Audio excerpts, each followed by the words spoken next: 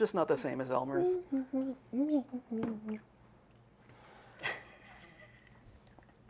Hello and welcome to Tinker Tailor Solder Fry.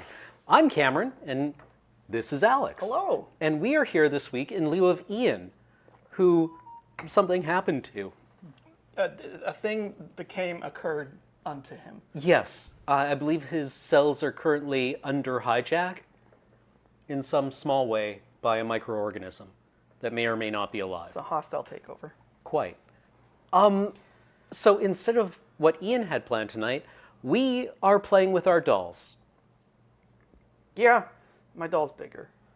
Accurate. Okay, well, but the scale's different. Yeah, mine's 28 mil, which I think is 1/32nd scale, 1/35th scale maybe, or maybe 1/48th. Let's say 1/48th scale, which is a totally normal scale for dudes. Yep. Could also be HO. Who knows? Anyway, thank you for joining us here on Tinker Tailor Solder Fry, here on the Loading Ready Run entertainment juggernaut. It is your support of this stream that makes this possible. Whether here on Twitch, at twitch.tv/loadingreadyrun, where you are probably watching this now, over at youtube.com/loadingreadylive, where the YouTube will be uploaded, in which case, hello to you in the future. If you are watching this in the year 2024, well, we'll probably make some odd political predictions of some kind. If you're watching this in the year 2094, Congrats on finding it. yeah, this is what human society once looked like. Gosh, I wonder what kind of media they're reading this off of. I don't know. I mean, How very meta. yeah, exactly. Like, imagine that you finally get, like, you haul up an Amazon data center from the ocean and it's just covered in coral. And this is what's on it. They're like, huh, well, I mean, this is interesting. Yeah. You have to get out whatever the equivalent of like the old VCR Yeah, it's just Yeah. like, or hey, Beta, Blarfax. Betamax player or something. Yeah, you got that old computar? Also, this is brought to you by you on patreon.com/loadingreadyrun. Your support of us through our Patreon makes this your fault. In a very direct and real way. You are all Everything, complicit. yeah, you are now complicit in what is happening here today. You made this possible because you paid the site paid me, and I paid Games Workshop. Damn, they have really upped the level of detail in these. Yeah, these are Primaris Marines. Are those being primed already? Yes. Okay, I was wondering, like, because there's something about the finish that looked, like, unusually matte. Yeah. Would it save administration time if we just started sending your paycheck directly to Games Workshop? I mean, yeah, I suppose it would save on taxes. And then I could slowly learn to eat plastic like a bacterium. Oh, that's what I need. I need a rumen, only it's full of the bacteria that eat plastic, and then I just eat the bacteria. Okay. Those were certainly words that you said. Well, it's like cows don't actually eat grass. Their stomachs are full of bacterial cultures that digest the grass, and then the cow eats the bacteria, really.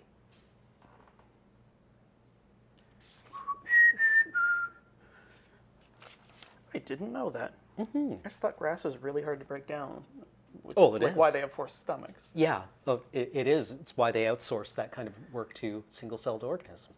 Although, I mean, we do the same thing, kind of. You ever seen a cattle stoma?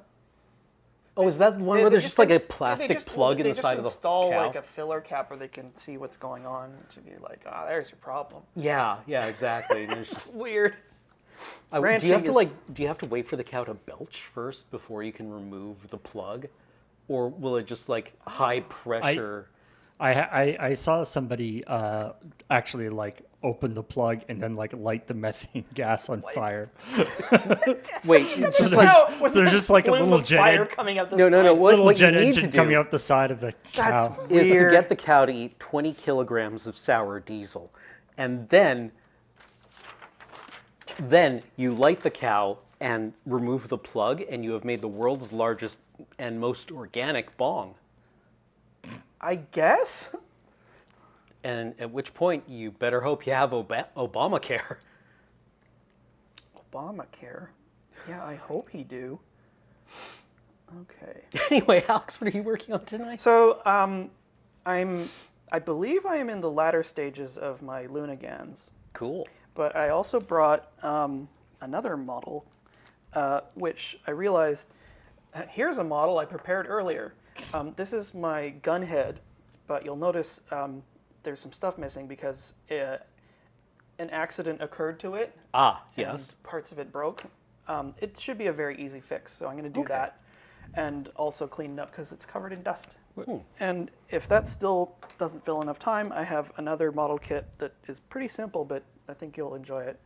I am that I might looking get a forward start to on. it. I love your model just like that. It looks like it just got like something horrible just happened. It just got blown away. Yeah, it looks like it does at the beginning of the movie. Leaving 2 legs just sitting there. It just occurred to me that like the Gunhead and the Lunagans actually have like sort of have an ancestry together. Oh, Because like I believe the designer of Gunhead went on to make these. really? And I guess you could probably see that.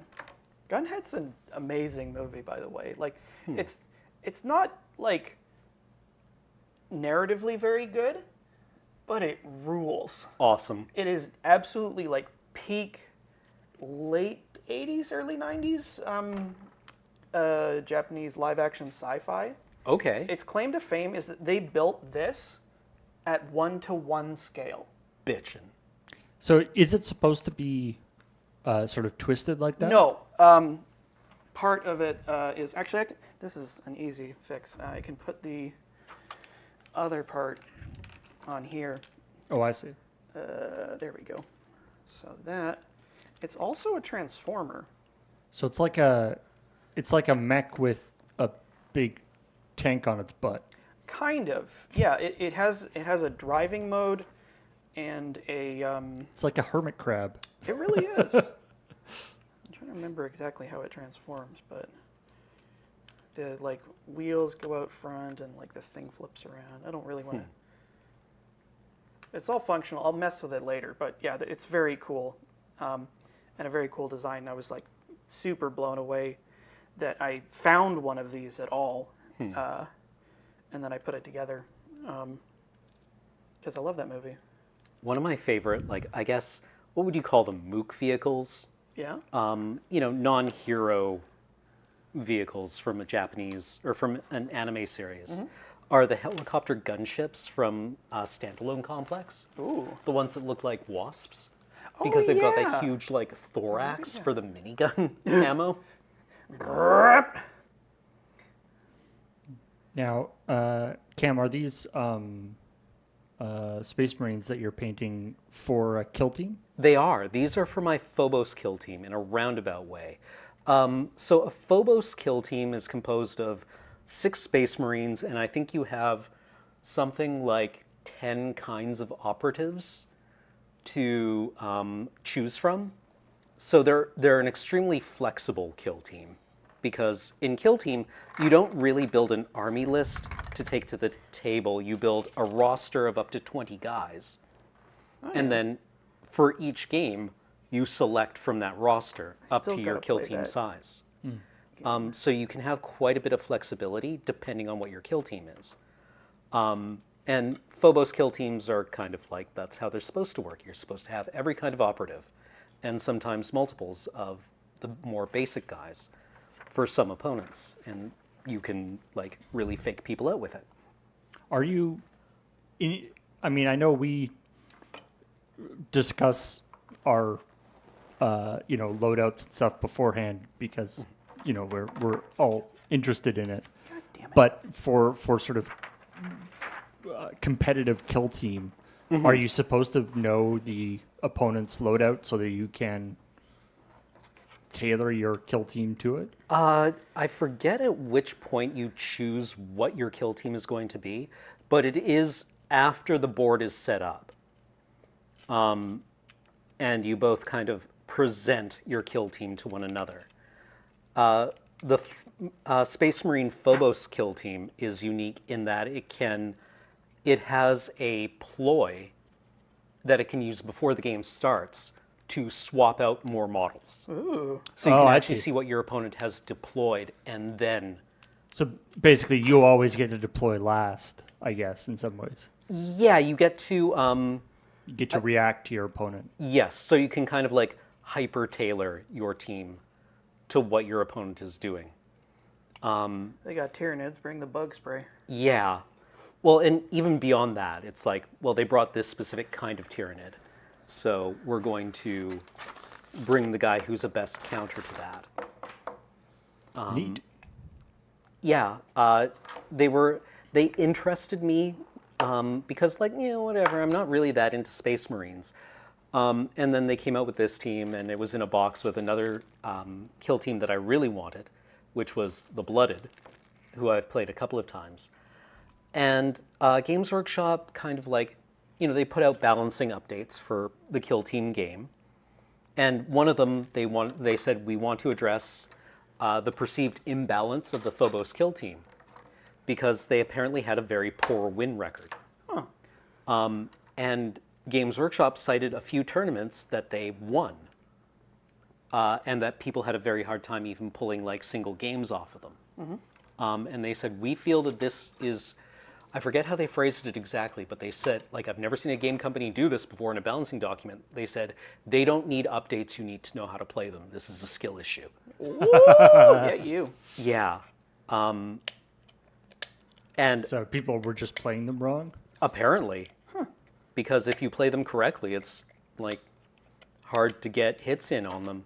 Apparently, one of their big problems, though, was that because they don't have any big special weapons, they're all just carrying bolt guns, they can struggle with some of the other kill teams that have damage reduction abilities. Right, like the Imperial Navy boarding team has a strategic ploy where they can say, like, this turn, all of the damage being done to me is reduced by 1. Woof. And, if you're hitting them with like a plasma rifle, sure, okay. When you're doing lots of little hits, that can be... Yeah, when you're doing lots of little hits, like what the Phobos Strike team does, it's a much bigger problem because you also don't have that many models and that many shots. I mean, But they've amended that. Cool.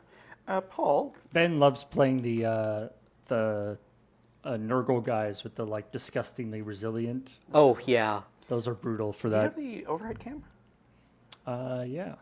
Just want to see if you can. Okay, so I've got these. These are actually springs that are meant to look like hoses, and so I've cemented them here and here, and now I got to sort of twist them into their position here. That's cool that it's sort of a flexible component. Yep. Does it? Will the completed model actually be movable? It has some amount of flexibility. Oh, I'm going to glue my finger to this. Oh, maybe not. Okay, so that goes in there. Just tamp that down. Get in there. It's like one coil of the spring has decided to not play nice. There we go. Would there to be, like, in the manual, like a little diagram, like glue this to this, then then use the supplied spudger to detach your finger from the model? Yeah. I love a tool named a spudger. That's a good one. Yeah. I saw one that was Kind of an onomatopoeic tool. What do you do with it? You spudge stuff. Yeah, well, it's used to, like, I've always encountered it in removing, like, the seal around the bezel of a mobile device or a laptop computer. Spudger. Right. It's like a thin, usually plastic wedge that is, that you can sort of pry stuff but not damage it. Yeah. I saw an amazing thing on Facebook Marketplace. It was a steel drum with spikes all over it, and it was listed as a garlic dibbler. Man, I loved him in Boogie Nights. I'm imagining that that's like something, at a really fancy restaurant. You get your meal, and then the waiter comes. Why with the Waiter garlic serves dibbler? it with a garlic Yeah, dibbler. would Monsieur like to have his garlic dibbled? Yes, but just a light dibbling. Okay, so that's there. So funny. I Okay, forget- so there's- interestingly, I'm going to have to go back to the beginning here because there's a bunch of steps that I put Uh-oh. off because I didn't have the right tools, and I don't remember if I have exactly what I need to do this finishing work because the kit gives you several pieces of brass wire. Right, and then it gives you like sort These are of for templates. antenna, and I mustn't cut that with my god hand because God will strike me dead. Yes. And Do you have brass scissors? I mean, I think your god hand would just shatter, wouldn't it? it would deform and then not work very well. Yeah. It would probably cut them once. I have some X-Acto knives that will probably do the job eventually. in our tool kit, we probably have just some like Yeah, Wire just cutters? Wire side snippers, side yeah. cutters, like any kind of side cutters would probably get this done. They're so thin. Okay, so I need to assemble this thingamaboober. Is this one of these things where you have to like bend it into a specific shape? Those ones I think I've all done so far. I did the hard ones, like if you can see, Oh yeah, I get it. Yeah, there's like a little brass bar there and here as well that I bent, and it had a template at 1:1 scale in right. here somewhere, just showing you how you were meant to bend it. Whereas these are supposed to just be like straight up antennas. Yeah, these are meant to be antennas, so I think it's just cutting it to a specified length and then sticking them on. Why not give it to you at that length? That's probably actually hard because like you would have to be machining individual lengths of that, and then they would probably go missing. Like I think they would rather give you this. At a guess, this might be like a standardized stock size of this sort of thing. Yeah, these are exactly the same length. Ah, so it's probably like an Which external is contractor that probably- they are getting like a These- length of such gauge brass wire from. These are almost exactly 15 centimeters. So yeah, they probably sell like little lengths of these, and the like tooling or logistics to cut these down to length to put them in the kit is probably more expensive than just like, oh, perfect. Oh yeah, that'll do. Okay, so okay, so God, I wish I brought my measuring tools. I feel like a boob. Well, let's get the plastic parts first. The irony of the company that making the model kit being like, those pieces will be too small and easy to lose. We won't do them. You can do them. Deal with it, idiot. Okay, so this is A24.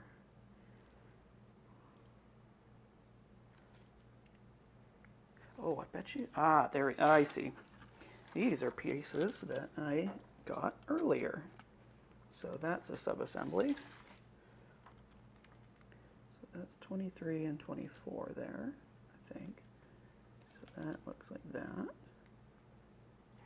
So there's a wire, and then there's a piece of coil spring. And I think it's the thickest one, unless, is this long enough? 20, no, that's too short. So I'm guessing it's this one. So 23 millimeters.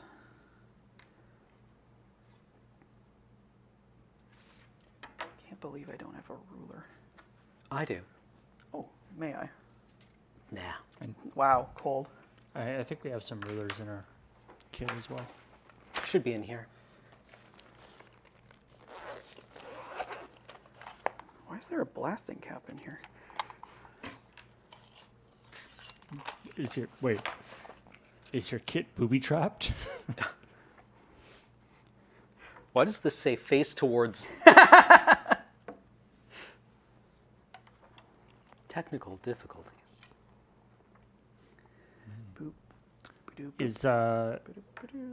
Is the color scheme that you're doing on these guys a canonical scheme, or is this something that you're just experimenting with? It is. I am experimenting with these two models because these are generic guys. These are Phobos incursors, or incursor warriors, who are just like generic guys with a bolt gun. They don't have a specialty.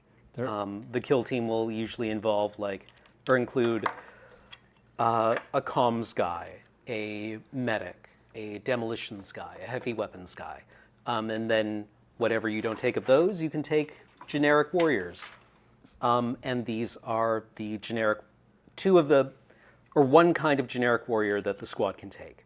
Are you sure they're just incursors and they're not, incursoritas? Yes. Like the new Space Marine naming scheme is a masterwork of fascist jargon. Of the it's the fake. I mean, it's basically Fake pig, Latin. It's basically pig Latin, is what Yeah. they do. But the new Space Marine naming schemes are I don't know, they feel very kind of like the tendency to turn everything into a special kind of stormtrooper, right? Like you know how in Andor it really feels like every government agency realized they could get a whole pile of extra funding if they just appended trooper to their job title. Right. Like Yeah. the guys on the beach are no longer lifeguards; they're shore troopers, right? Yeah. Like, no, then guys, we just need to help me with this proposal. I'll get it together. We'll get a bunch of white armor that we don't even have to wear, and we'll get an AT-AT to drive around in. Sick. And we get super fancy epaulets and little things to go on the front Brief of the aside, outfit. Andor rules. Yes. If you haven't watched Andor, watch Finished Andor. watching it. It was the best Star Wars I've watched in a very, very long time. Yes. I want there to be a series about how they got Andor made. Like what lies they had to tell, what parts they had to conceal that they were making during production, like what they would do when a Star Wars executive showed up and was wanted to see where the lightsabers were going to be. Mm-hmm. Right? Yeah, I think I've noticed you guys haven't used all of the lightsaber effects in your budget yet. Why is that? Shut the fuck up. Oh, God. I think Put the some word lightsabers on the ship. I think the word Jedi is never actually said in the entire series. Yeah. I really want to believe that one of the characters is a low-key Jedi who is just actually Andor spoilers. Cover your ears for about 30 seconds. All right? I really want to believe that Luthien is a Jedi. It's a fairly well-supported reading of the character, that he's probably an old Jedi. And that he gave Andor the Kyber crystal, because Andor himself is very, Jedi-coded or Force-sensitive coded. Yeah. Right? He's lucky, he's intuitive, right? He's got good reflexes, he's got all the kinds of things that He's you kind reluctant, of but he has a very strong sense of justice. Yeah, right. And you could see somebody saying maybe this guy's got something going on. And so he gives him the Kyber crystal, sends him on a mission, and then later on he's like, so, did you do anything with that crystal? Build a lightsaber and wield it? And Andor's like, oh, that, no, sorry, I hooped that before I went into prison. Here's it back. And then the guy's like, really? Nothing? 5 long years he wore this crystal. Up his ass. Yep. I mean, the great thing Anyway, we're done talking Andor spoilers now. the great thing about the Star Wars universe is that there is that that sort of get out of jail free thing of the Force, even if you're not talking Jedi, it's canonical that the Force can just kind of do The Force moves itself. any implausible plot point is covered over by, it's how would these two people like in the entire universe, they happen to be on this one city on this one backwater planet. Really? It's like, yeah, that's how the Force can do stuff like that. Yeah, It's sure. totally that, cool. That It's which basically moves mountains. narrative convenience as an actual like built-in system. A wizard did it. Shut up.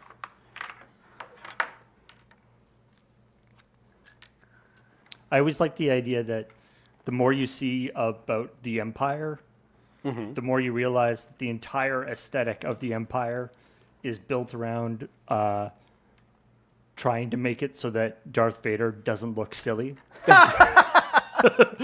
It's like in any other context, if people were just if everybody else was just wearing normal stuff, and Darth Vader shows up, everyone would be like, "What the hell?" Yeah. Yeah. Who's this guy with the big plastic helmet and like the torso light bright? Yeah, it would be like if Pinhead went out to the mall, right? But within the context of the Empire, where everyone is wearing plastic armor and all this stuff, he's like, "Ooh, he looks really cool." It's like number one, dominate the galaxy. Number two, stop Lord Vader looking silly. Yep. Those are our priorities.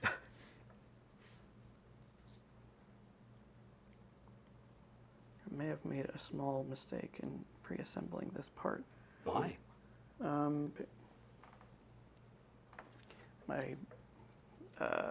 Because the pin that I've just cut needs to go deeper than it is currently going.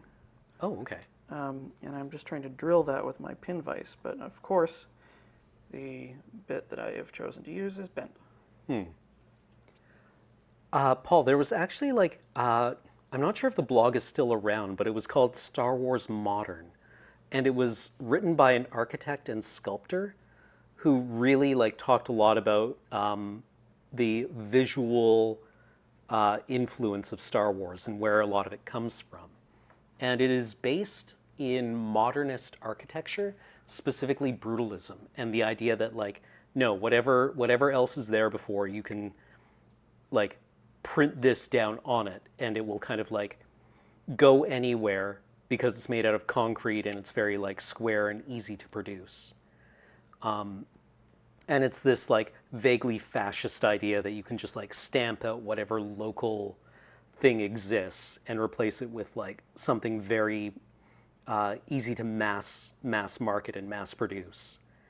And you don't have to care about what the local weather is and what the local building materials are or what people look like or what they find convenient to use.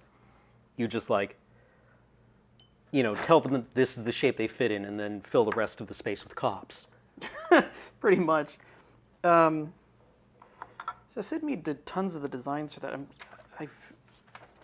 I'm somehow blanking on the other designers for Star Wars. Ralph McQuarrie? Right. Yeah.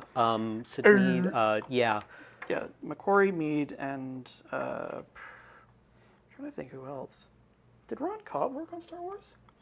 I mean, probably. That would not surprise me. He's worked on everything. Yeah. I mean, yeah. I would 100% believe Ron Cobb was there. Yeah, he's a big deal. And just the shape of the Star Destroyers. Phil Tippett. Yeah, Phil Tippett. Oh, right. Yeah, of course, Phil Tippett. Now, yeah. he would have done the monster design. Yeah. The architecture would have been Mead and. Yeah. And George Lucas talks a lot about the Empire as being based on Nixonian gangsters. Nixonian? Yeah, Nixon, the worst thing to ever happen to American politics, right? Just this guy who didn't care about what reality was, who was drunk all the time, who was, constantly threatening nuclear war and nobody could get the keys away from, who was basically I'm not a crook. The biggest bully around. What a turd. Yeah. And just, based around this idea of perpetual mendacity and Sacrifice. being completely detached from whatever reality is. Do you think him or Reagan were more detached from reality. Oh, Reagan. Like, it's gotten worse since, like, Nixon, right? Nixon created the EPA. That is so weird to think about. Yeah. Also, like a pre-EPA America, there was a photo set that I saw of like 1970s America, like before the advent of the EPA. Yeah. It is dark. Yeah. Well, It's it's just just like piles of corroding oil drums. yeah, like just toxic waste sites everywhere. Well, Like- I think we had this discussion a little while ago that there was this sort of like subculture trend of like toxic waste as like an icon. So you got stuff like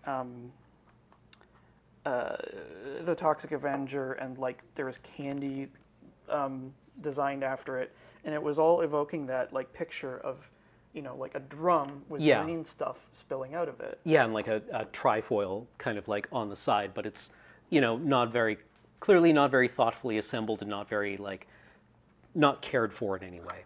It's Right, all- and that's like the Love Canal. Oh, why do I not remember what happened? I know that Was there was a that disaster. near Niagara? It wasn't a disaster. There was a chemical company who was working there. They were making, you know, chemical company stuff. I think mostly things like sulfuric acid.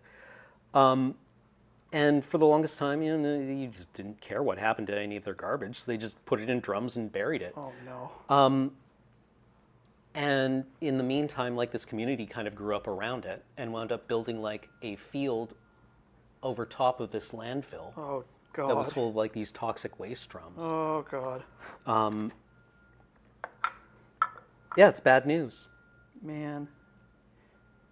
right? Like, you know, you have kids playing in the field and they come back with weird burns. Oh boy.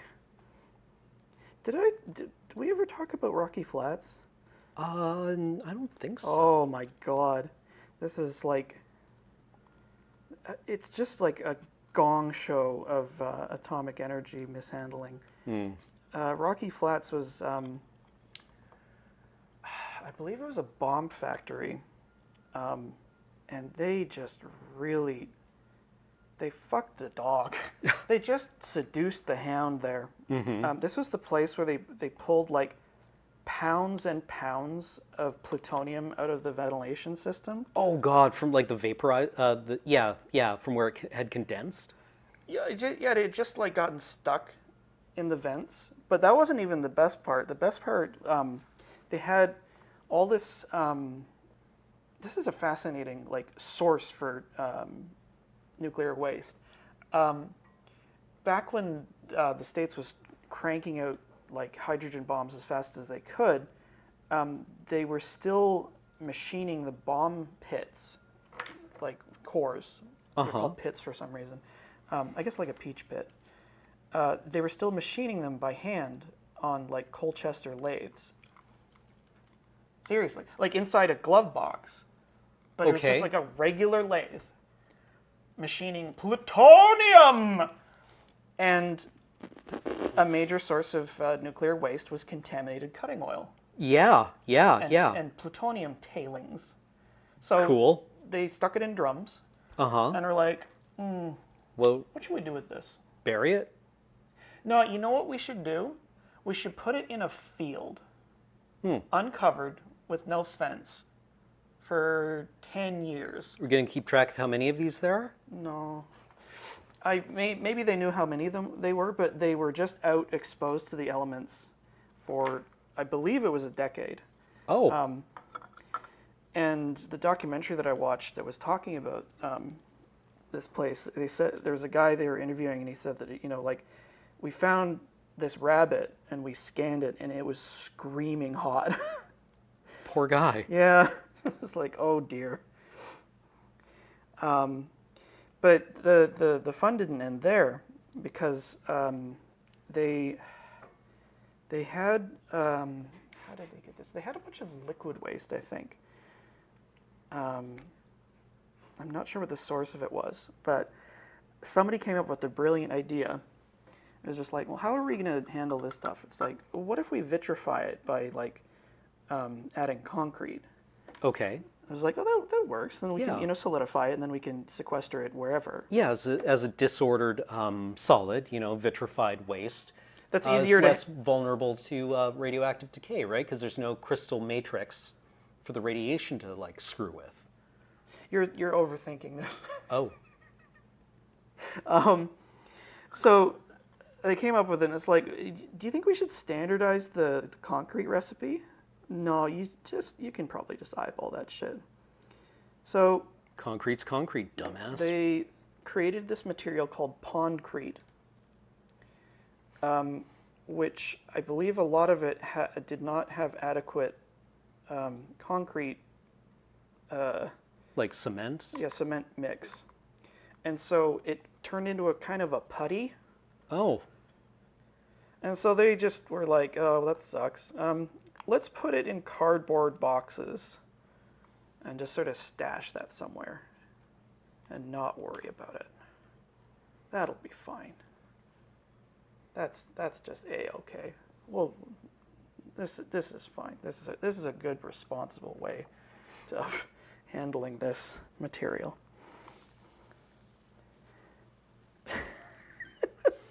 did anyone test them for how much lead they had in their blood, bioaccumulating over generations? Yeah, I don't know. This is the reason why I love nuclear history, is because everything I find out about it is completely bonkers. Like, they were doing some cleanup and remediation of the Hanford site, Yeah. which was like the first, where they first started like Yeah, in Washington, right? mass-producing atomic bombs. Like they were scaling it back and like demolishing stuff. And as they were doing their demolition, they uncovered a banker's vault. Okay. And they're just like, I wonder what this is. And they, of course, like very carefully opened it. Uh-huh. Good thing too, because inside was a jug full of liquid with a hand-drawn label on it saying like plutonium for later reclaiming or something. And Do not drink. It is the oldest sample of plutonium. Oh, interesting. Yeah, they just found it. I was like, oh, neat. A little piece of history that someone forgot about. Rob's lunch, do not eat. Dead dove do not eat. But yeah, like I saw the picture. It's just so funny. Like, I mean, I wonder how much of that is also due to the fact that people were like, who the fuck cares? We're gonna engage in a nuclear war with the Reds at some point. None of this is gonna matter. Don't worry about it, right? It's the same reason Maybe. that like Air Force interceptors for shooting down nuclear bombers only had like 30 minutes of fuel. Like, what are you gonna do? You're gonna take off. You're gonna shoot down a couple of bombers, and then what happens afterwards? Don't crank worry your about hog. it. Don't worry about it. Yeah. It's not like you're gonna land at this air base. Yeah. It's not going to exist anymore. The Gong Show gets a bad rap in when people talk about it. This show went for like 500 episodes. I bet it was a very well organized show. It must have been, right? Like it was kind of like American Idol, right? Only Yeah. instead of Simon Cowell telling you that you were awful, they just like beat a gong until you were too humiliated to stay on stage anymore. Yep. But like, I feel like it really shouldn't be the go-to comparison for something that was very poorly set out. Yeah. I mean, it's like clown college, right? There's some kind of like, Clown college is probably pretty difficult. yeah, well, like, clowns go to higher education. They're trained professionals. Yep. Right. Cam, did I actually tell you that my grandfather actually flew nuclear interceptor jets? Really? Yeah. F-104? Voodoo's? Oh, no kidding. remember CF-105. Yeah. No, CF-101s. Yeah, he flew with actual Did he have a genie? He did. The genie nuclear... The Genie unguided nuclear air-to-air missile. rocket. Yeah.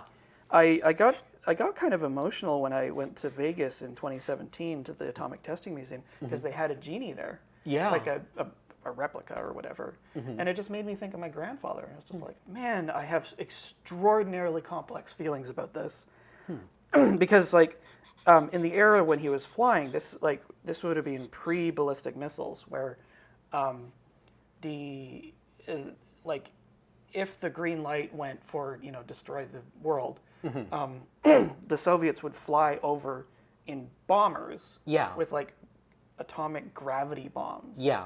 And then the interceptors would take these Genie missiles, fire them vaguely in the middle of the squadron, and blow them all up. Yeah. Was the theory. Yeah. Yeah. So yeah, those Genie missiles were on loan from the States. And the hope is that the bombs don't blow up. That's unlikely. Like well, you're still They're not they armed blow at up that over point, like, right? yeah, they wouldn't be armed, and they would get blown up over like you would try to intercept them over I don't know northern Alberta or something, right? Instead of like Right. wait for them to hit New York. Yep. But like what happens if you arm a Genie rocket and it misses? It's not like anyone's going to be around to like get mad at you afterwards. Whoops. Right? Yeah, I mean, like unguided atomic munitions are pretty wild. There's only been like a few of them, but because there was the atomic cannon, which is like 105 millimeter, I think. And I guess like all the atomic like gravity bombs, right? are Yeah, I mean, well, unguided. those were like unguided, but they were at least like being dropped from a distance. I mean, I think the best one, my favorite story about this, I'll preface, is my friend had just started playing Metal Gear Solid 3, which is set in the 60s, Okay. I think. And he was like, "Oh man, this game's so cool, and it's got like all this like crazy fake Cold War stuff. Like this guy has an atomic rocket launcher." And I just had to be like, That's real. "My dude, I'm so sorry to be the bearer of sad tidings, but that was a real thing they really made." Yeah, the Davy Crockett. I think it was technically a rocket-propelled grenade. It's just such a it's a parody of itself. If you've seen the photos of it, there's like one there's the launcher, which looks basically like like a recoilless gun or RPG or whatever. And there's like one serious-looking army guy standing manning it, and then another one with this like enormous bomb on his shoulder loading it, and it's so big it obscures his head. Yeah, it was unguided, and their intent was to like give tactical capability to units. They would like put it in a Jeep or something, but they couldn't figure the accuracy problems out. Yeah, well, like, I mean, and my the dude, we got to defend the Fulda Gap. There's going to be, like, the Russians are going to be streaming through West Germany in this, like, one lowland that the Americans have, drawn for their duty in NATO. My personal favorite, absolutely batshit nuclear history thing is French nuclear policy. Ooh!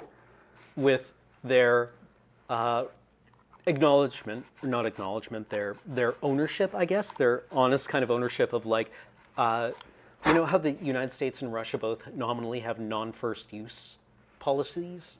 Yeah, like each nation has a slightly different kind of policy where But like, the big kids on the block are like, we will only use our nuclear weapons to retaliate. Yeah. In the case, France is like, no, up yours. You come at us, we're nuking you. Le fuck you. And they have a specific nuclear weapon.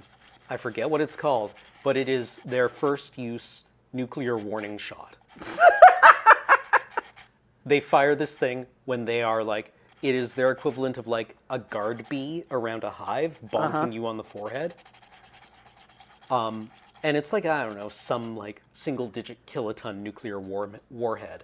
It's just like, did you like the aperitif? Yeah. Prepare for the main course. Yeah. And like the best part is it's like got the range to hit. I think their policy was like if the Russians came for them, they would nuke Germany.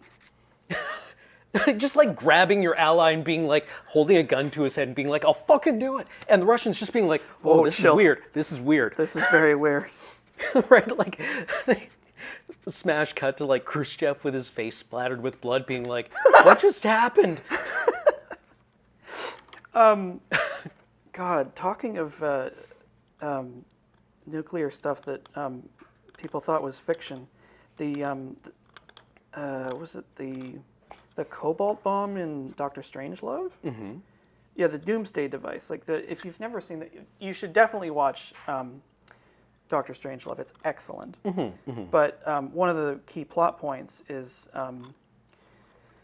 the Soviets have created this doomsday device, which is like an automatic retaliatory system that will like basically like salt the earth. And the Soviets and we believe the Russians have something like that. It's called Dead Hand, Okay, yeah. otherwise known as Perimeter. Okay. And it's an automated system that is able to, in some situations, supersede the chain of command if it has been wiped out. Oh, okay. To initiate an automatic counterattack. Okay. So even Just if like if the temperature at the Kremlin is over 15,000 degrees Celsius, That's then this fuse melts. that's barely an exaggeration. Yeah. Okay. But yeah, apparently that is a thing that's still around, and it's not always armed, Okay. but apparently they have it. Huh. I mean, this is maybe why I really roll my eyes when I see like people sort of lamenting the state of the world and just being like, "Oh, it's all ogre, not going to make it." I was like,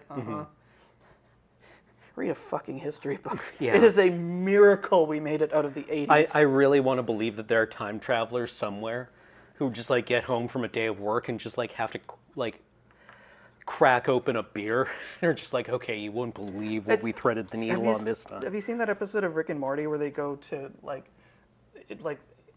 they're gonna do like a quick in and out, and that's like 6 days later, and they do all this crazy stuff, and they go back to the parking lot and just burst into tears and start like having a mental breakdown. It's so funny.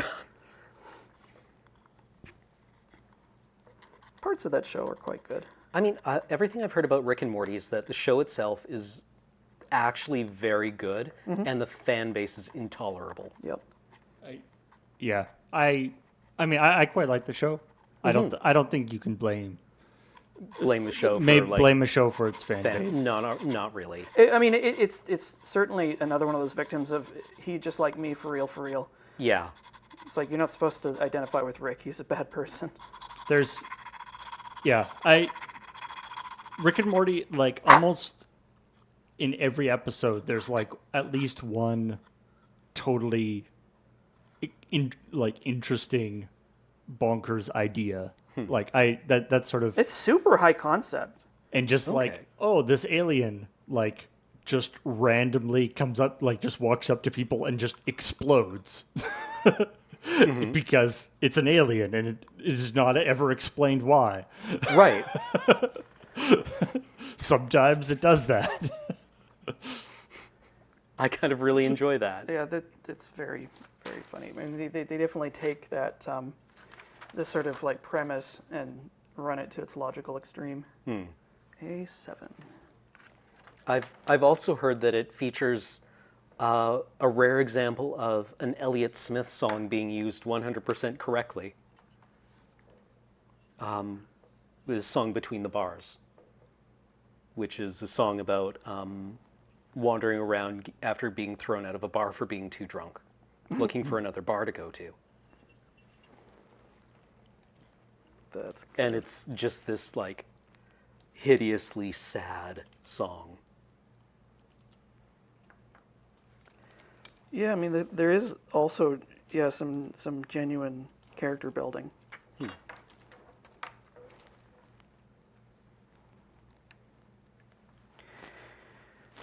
I was posting on Twitter today because I just watched the latest episode of Hell of a Boss, which I continue to be fascinated and bewildered by. It is such a weird show. I think I described it as being like if you took Ren and Stimpy and Invader Zim and Homestuck and threw them in a blender with like nitroglycerin and some Disney movies and shit. Okay. This would come out. It's like peak Tumblr, the anime. Okay, weird. Okay. It is made by such obviously incredibly talented people doing incredible work in service of what is this? Okay, that gets my attention. Like it's I don't know whether to say whether it's like good. It is worth watching, Okay. but do be prepared to be extremely confused, because it really is like 3 or 4 shows happening at the same time with like wildly different vibes. What's it called? Hell of a Boss. Okay. And the sort of lineage of it is that there was a pilot done by the studio called Has Been Hotel, which sort of set the universe and setting, and then Hell of a Boss was kind of a spin-off before the main thing happened, Okay. which further fleshes out that universe. And like, to give you an idea of how fucking weird this show is, there was a lost episode that only recently came out because it had actual factual Kesha in it doing a song. Really? And they had to clear the rights for it, I think. Huh. It's like, what? Okay. Because I think one of the things that led to it existing in the first place is the creator, Vivian something or other. I forgot her name already. She did an animation very much styled after like Jean Kay stuff, using one of her songs. Oh, okay. And it's really good. Huh. And I think it was sort of like the impetus to start all this stuff. But yeah, it's so weird because it just like it swerves from slapstick to pathos to musical number to ultraviolence and then back again. Like it really is like watching a rally race from the passenger seat. Okay. And it's just swerving everywhere, and it's super hyperkinetic and exquisitely animated with these like quite remarkable designs. I just have to share, like, on the topic of rally races, somebody shared a picture on Twitter, I think, or it might have been on Blue Sky, of the interior of a rally car with the driver and then the co-pilot. And then Sammy, listen to my calls. well, and it was just like the caption was, "I always really appreciate these race car drivers bringing along their neurodivergent friends who just get to like hang out for this car ride with a little activity kit and their notebook to draw in while they're like coming along." That's really funny. I thought it was cute. Yeah. Okay, so I think this is finally done. Wait a minute, is that the wrong? I don't think that's the right one. I'm gonna try replacing this with a thicker rod, because it's my kit and I'll build it my way. Anywho, it's That was the. This is not drinking water. Shut up, Paul. oh dear. I'm sorry, Paul. I didn't mean that. I spoke in anger. Yeah, so I suppose it's part of I mean, you didn't drink the water, so I that's didn't good. drink the water. yeah, a part of a sort of a recent crop of like indie animation, which of just like these little teeny studios coming up with some like really remarkable stuff. Like the Lackadaisy comic has an animation now, which is like remarkable. It's basically like Prohibition era furries. Oh, okay. It's very cute, and they now have an animation that I think is supposed to become a series. Right on. Looks great, and like quite exhaustively researched and referenced setting. Like there's a really, really like grognard level attention to detail in the period accurate firearms. Right. Awesome. Yeah, it kind of slaps. Are there no Tommy guns? I haven't seen a Tommy gun so far. Like Okay. the first person who opens up has like, it's either a BAR or like some weird variant, like predating it by like a couple years or something. Because I think I said, I was like, oh cool, BAR, and I think I got actually'd by the IMFDB Discord. I really enjoyed. Years ago, there was a DM's guide or a keeper's guide for Call of Cthulhu, and one of the like points in it was what to do about Tommy guns, because in the game system, Tommy guns can just blow anything away, right? Like, it doesn't matter what the monster has. If it, like, Shoggoths reduced all damage they received to 1 HP damage. Right? Okay. So, like, if you, like, hit them with a law rocket, they just took 1 hit point of damage. Tommy guns fired 100 bullets, and the game system resolved each bullet as an individual attack. Yeah, I feel So like it machine would do guns. like a Tommy gun would just blow anything in the game away. Yeah. And this was a problem for DMs because they wanted the aesthetic of the Tommy gun, but like they Yeah. broke games. And the Keeper's Guide pointed out that they were extremely rare. Like even like in the Chicago typewriter was used maybe once or twice by organized crime Oh yeah. at during the height of Prohibition, and the cops did not like them, and would kind of bring out and everything to deal with them, and just they were otherwise also extremely expensive. Yeah, I was gonna say this must have cost a fortune. Yeah, because they were like very mechanically, like greebly. And I remember, like even during World War II, the Americans like exported a bunch of them to the British, who bought them and were like, "Yeah, these things are great. We wish they didn't cost as much as a Spitfire each. I think we're going to replace them with a Sten gun, which is made out of 6 cents worth of plumbing and a spring." If it breaks, you get a new one, Yeah, or you just beat the enemy to death with it. yeah, See, the Sten gun is a remarkable design because it's like a piece of shit that works and it's cheap. well, yeah, because the Americans like used the Thompson for a little while and then went over to what, the M38 grease gun? Yeah, which was kind of like the American version of the Thompson.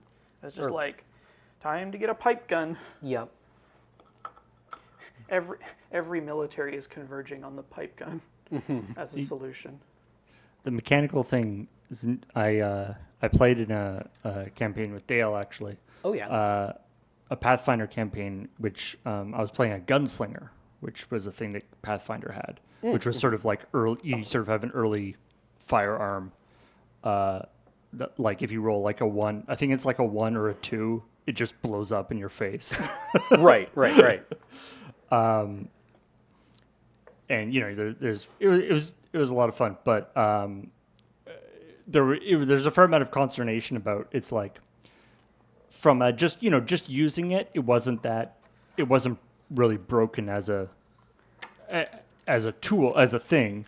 It was basically like a heavy crossbow equivalent. Right. But the existence of it implied stuff like gunpowder. Metallurgy and chemistry.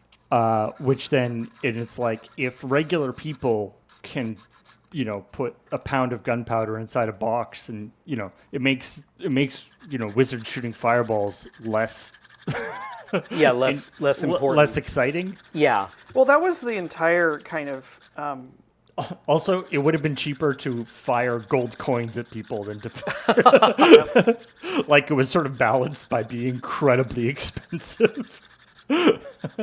Well, it's interesting that you mentioned crossbows because, like, I think that was one of the major reasons why they had a lot of success. Like crossbows, I don't know that they were necessarily much more powerful than longbows. The advantage they had was that you could fire them with no training. Yeah. Well, you can't identify a Milanese crossbowman by the deformities of his skeleton, Yeah, right? like any idiot could, crank it and then shoot someone with a reasonable degree of accuracy. Yeah. And I believe that's the route that firearms followed. At least after the sort of like growing pains of like handgunners who were universally unpopular because they always kept exploding. They had like this garland of powder satchels around them. People Yeah. were just like, "Fuck off, keep You away from stand me." over there.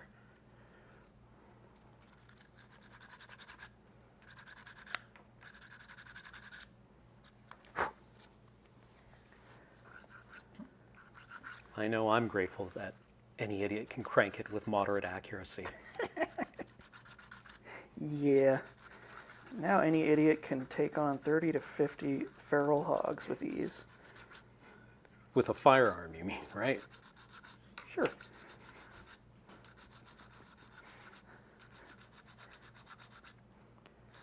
There we go.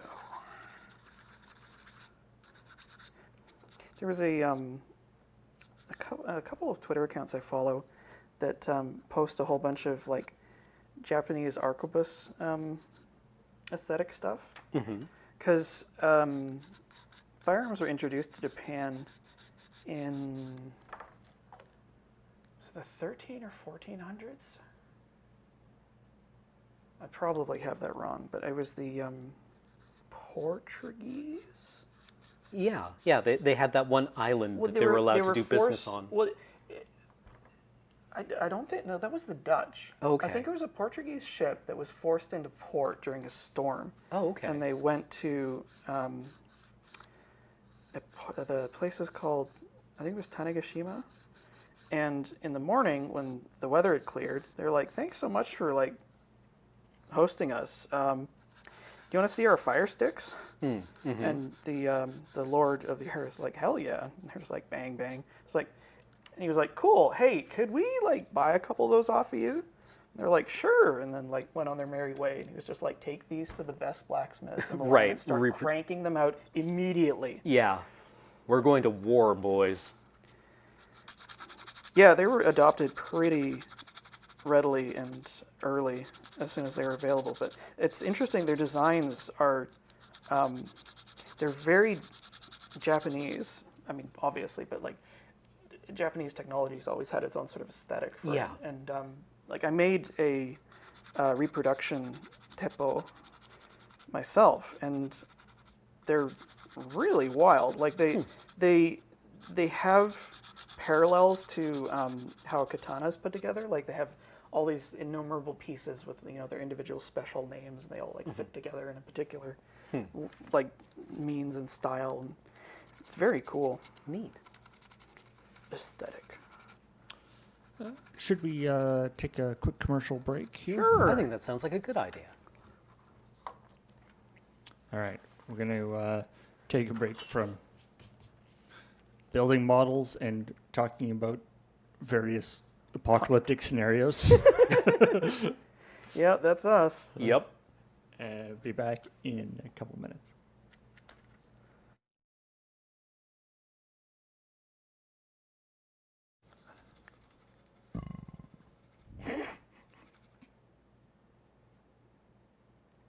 What in the hell happened? We sustained minimal damage containing an outbreak. It's very good. Euphemism.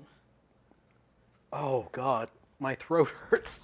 M-U-O-K. No.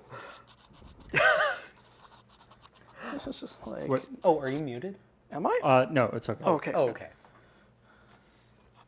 All right, welcome back to Tinker Tailor Solder Fry. We had a quick break, and now we're back to painting and assembling our dolls. I'm working on I'm working on a test paint scheme for my Space Marine kill team. I've started off with a base coat of, oh God, this isn't Vallejo. This is AV Game. No, this is Vallejo. Game Extra Opaque Heavy Charcoal. Just as like a base color, because I want these guys to look kind of like a cover to a KMFDM album. You know, just like the black, red, white. Awesome. Yeah. Nazis. Well, I mean, not literally, but like. White on a charcoal undercoat is going to be a little tough. Though. Yeah. I It'll mean, the work. The problem is that like red, white, and black are so striking that they look great no matter who does it. I also refuse to let the Reich have that one. Yeah. Fuck you guys. Yeah.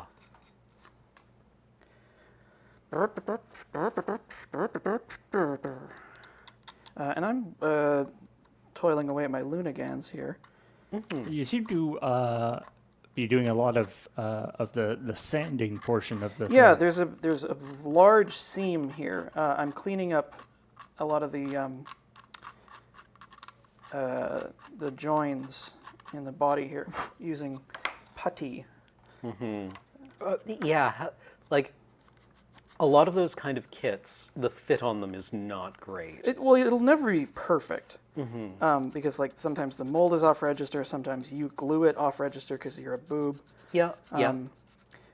and like just imperfections are gonna happen. Yep. And so you have to fill the gap with. There's many different solutions there. What's slightly troubling me is that they have molded in some weld lines, which look great, and then they disappear. Oh. So, this might not be visible. I don't know how crunchy I want to get, because there's a channel I've watched called, is it like, I've forgotten. It's Night something or other.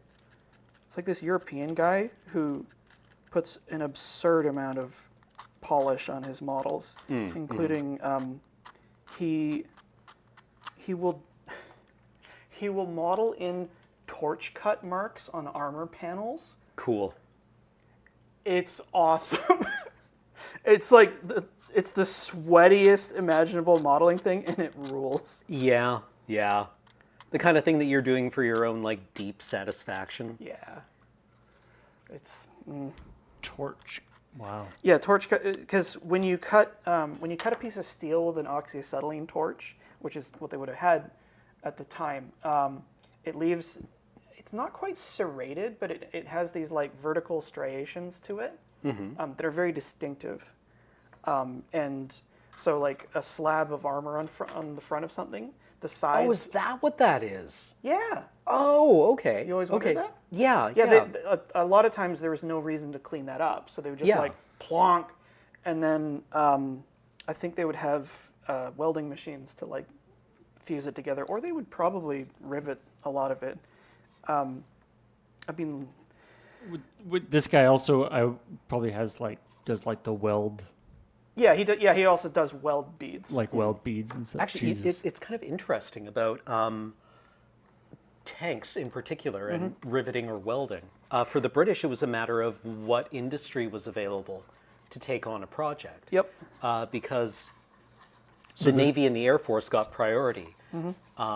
And the Army was left with a lot of train manufacturers who had like the infrastructure in place to like move large pieces of machinery around. Okay. But had not yet been like conscripted into like working in a shipyard or an airplane factory. So you wound up with a lot of early British tanks that were riveted. So because like the same model of tank would Yeah, be riveted for- in some cases and welded in Yeah, others. and later in the war, when they were able to train people correctly on how to weld things, that was when British tanks started So showing up with being welded together. Because I think a lot of us take this for granted, welding and riveting are two means of basically accomplishing the same thing. It's about joining pieces of metal together. Right. And riveting came first because you're basically taking the two surfaces, punching holes through them, and then sticking a heated peg or rivet through the hole and then hammering it flat from the other side. So you're Right. basically like creating a fastener, and it's like punched together. Yeah. It's basically, the direct, like, in wood you're nailing things. It's a little bit like hammer and nail, but you like rivets, you are like squishing from the other side. So that's why you see sometimes, if you've ever seen riveting, they have these big burly men with these rivet guns, and they're like, because it's the percussive force is flattening the rivet on the other side, so they're like squished together. Peening. Peening, yes. And on like cartoons and also like movies from like the 30s and 40s, you would see on like construction sites, there would be a guy with like a coke forge going, and he would with a pair of tongs, he'd grab a bolt and then throw it up in the air, and a guy on the scaffold above would catch it in a bucket, and then with a pair of pliers, he would place the rivet in the bolt hole or the rivet hole, and they'd squish that. And they would do that tens of thousands of times to like put together all these structures that were just like had all these rivets.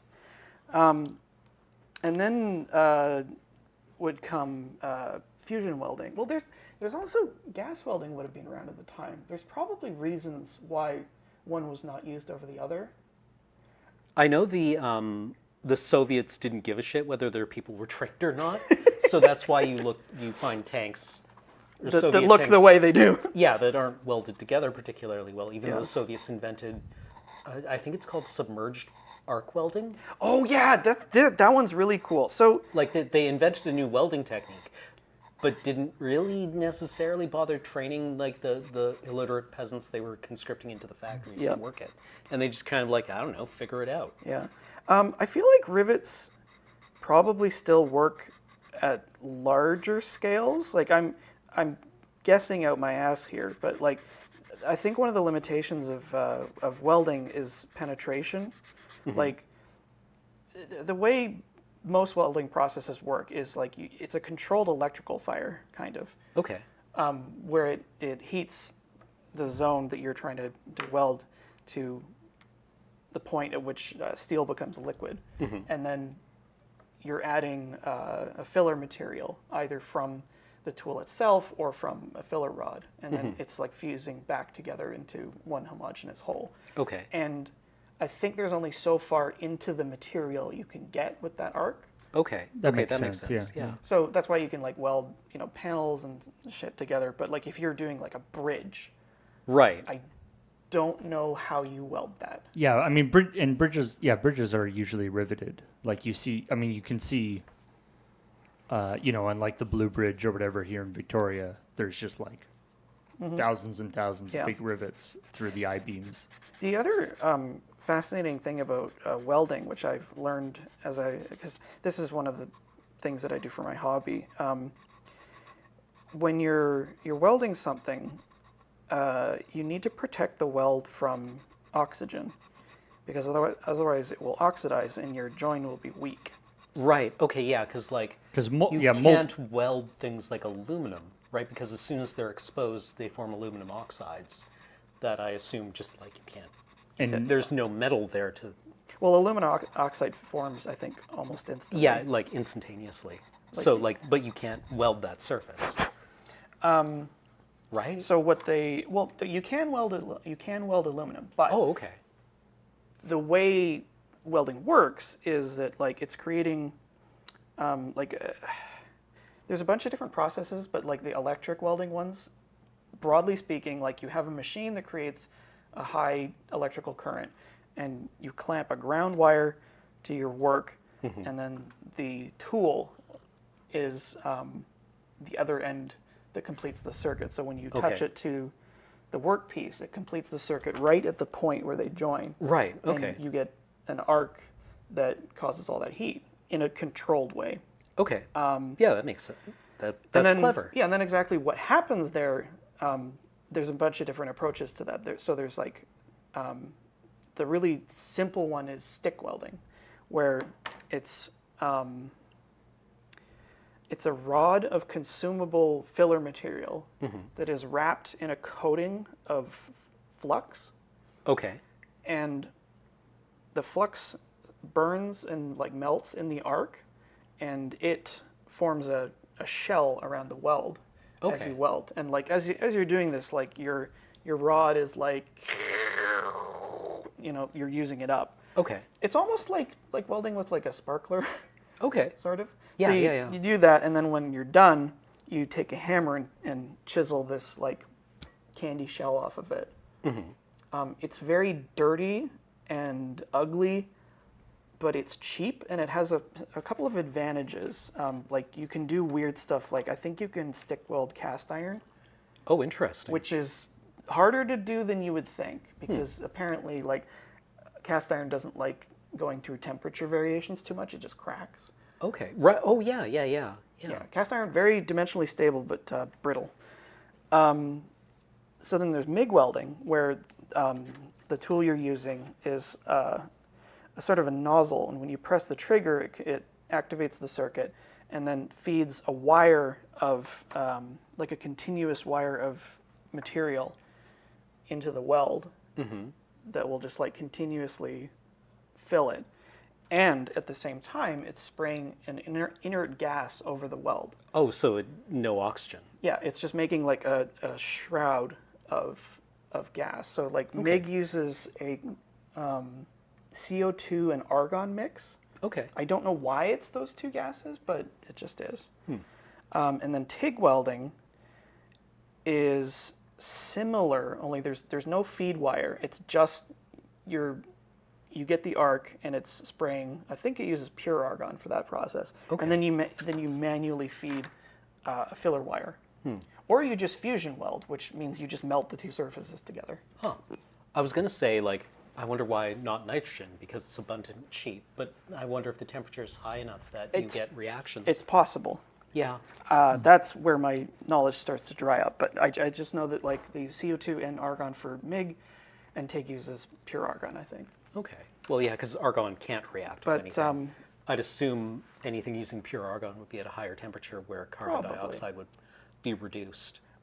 it was funny you mentioned submerged arc welding earlier, because its solution to the oxygen problem is it's a large industrial apparatus that performs like patterned welds, not quite by CNC, Okay. where you would have like I think I've seen it on stuff like sort of lathes where they'll have like a workpiece and it like turns slowly and there's like one stylus that's like Oh, okay. welding a pipe, Right. and it has a continual flow of some sort of sand, I think, that creates that barrier. Okay. Right. So again, you're preventing oxygen from getting into the weld only by like pouring stuff on it. It's very cool. I knew a guy who was a welder, and he had a big contract. They were refitting one of the ships at the naval yard here in town, and they had reduced stuff, and apparently that kind of thing. It's they have to do the whole weld the whole section and then come in with like a X-ray system to the X-ray welds. to check the weld to make sure it's That's so cool. I can't imagine. It has to be like completely homogeneous and stuff. There can't be any bubbles and stuff. Yeah, I cannot imagine the kind of X-ray machine that can look through structural steel. That was actually A tree. yeah, Like a tree just 2 catches on kilometers behind. Yeah, just catches on fire. fire. Goes, that was actually a major plot point in the China Syndrome. Oh. Have you seen that movie? It's really familiar. The China Syndrome is a 70s drama about a meltdown at a nuclear power plant. Right. That somehow predates 3 Mile Island. Huh. That hit me like a train when I heard it, because I thought for sure that it was like a fictionalization of that. But no. Right. The China Syndrome came out before 3 Mile Island happened. Huh. And it had a bunch of eerie similarities. So that was very weird. Yeah, this is spoilers for China Syndrome, but one of the major plot points is falsified X-rays. Huh. Like the guy goes to check the records for inspections on the containment vessel, and he notices that they're all like suspiciously perfect. Right. And he takes the X-rays and lines them up, and they're exactly identical. Huh. So someone has been like photocopying them Right.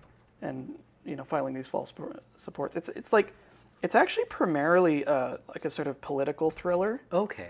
because it's a lot about it's not so much about the disaster aspect as it is about like the political intrigue and cover up and lies and stuff like that. Right. The kind of industrial grade ass covering you get Yep, when, yeah. it's an excellent movie.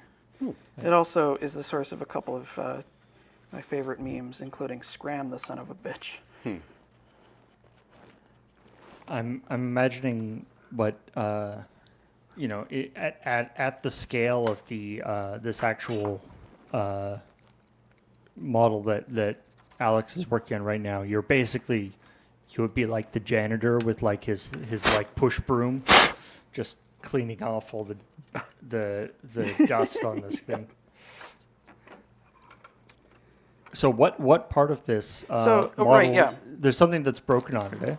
So the head and I think part of the shoulder came off. So maybe I'll repair those first. There's a couple of parts here. The head part of the machine head. Okay, yeah, so the head, the antenna mast, and I don't think this is actually, no, it is broken. This might be tricky to fix because I think the pegs that hold it in place have snapped. So Was this we'll see just about in that. transport at some point? No, it fell off a shelf and broke. So I'm just going to tidy up the dust and figure out what, oh, ooh. Well, that's a problem. Figure out how to fix this. I don't think it'll be too bad. Okay, so there's the barrel. The titular head of the gun head mecha is a 3-barreled 20 mm rotary cannon. Badass. Yeah, it's very So the head of the gun head is in fact a is gun. is a gun head. It is I a mean, very on the nose name. There's a gun on the nose, in fact. Yeah. You know, it's like in Aliens when Ripley says, like, Gorman, what do those pulse rifles fire? It's like 10 10 mm millimeter armor. explosive or standard anti-personnel load 10 millimeter explosive tip caseless, and you're like, Why? cool. Killer. Yeah. The whole sequence that they cut with it's not Hicks. It's Hudson doing Hudson just showing off. Yeah. We got knives. We got sharp sticks. plasma phalanx. This, I would guess that this robot you're working on, Alex, spends a lot of time on Tumblr. It's got a head cannon. Oh my god. Boo! Boo this man. Boo this man. Extremely loud, incorrect busser. You're bad and you should feel bad.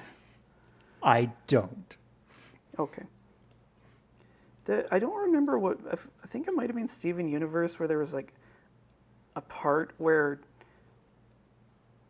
like a ship gets sunk and like the characters are saying, my ship, and it's like in reference. Oh, yeah, to character, like, yeah. I thought that was hilarious. Yeah. No, God our damn ship it. is sinking.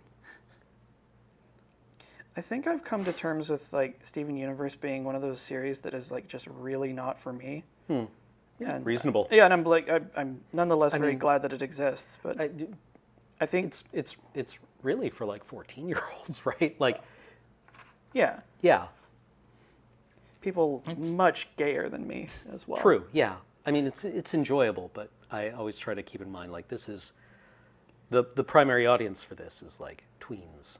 Yeah, Steven Universe is one of those shows that I very much enjoy, but I don't feel I can really recommend it to people because like anyone, like I can't say go watch this episode and that will convince you that it's good, Yeah, because like any one episode doesn't really do anything, Yeah. and so it's sort of like it's good. Yeah. It's good, but I can't justify it, but I enjoy it. well, it's like Babylon 5, right? Like, Babylon 5 is great. Okay, cool. What do I watch? Don't. Okay, first you have Yeah. to suffer through roughly 30 hours of not very good television, with 15 Yeah. minutes of really good stuff suspended at random inside of it. And inside those 20 hours of television, there are lots and lots of things that you need to make any sense of anything that happens later. Right. It's like all the best parts of Steven Universe don't work unless you have watched the other parts. Yes. It's like no, the episode in which his fingers turn into little cats actually has important. Yeah, you can't really skip anything. Luckily, like most Steven Universe episodes are, they're what, like 10 minutes long, 15 minutes long? Yeah. There's like And- I think there's like two 12-minute episodes in one Yeah. 22-minute section. Yeah. And there's no real like stinkers, right? But like every time I try to show you on Babylon 5, I'm like, three episodes into season 1, and I'm just like, oh, there's a lot of this that we have to get through. Yeah. And then even later on, once you get into the good stuff, there might be a random episode where Londo plays poker with his penis. And you're just like, oh my God. Yeah. Why you gotta do me like this? I suppose Star Trek is kind of like that. Yeah, My head. it's like I think it's good, but I don't want to be responsible for. I don't want you to come back to me and say and be like, you said this was a good show. Yes. Justify yourself to me. Which is really kind of why I was hoping JMS would get his remake off the ground. Because then it would just be way easier to never shut up about it.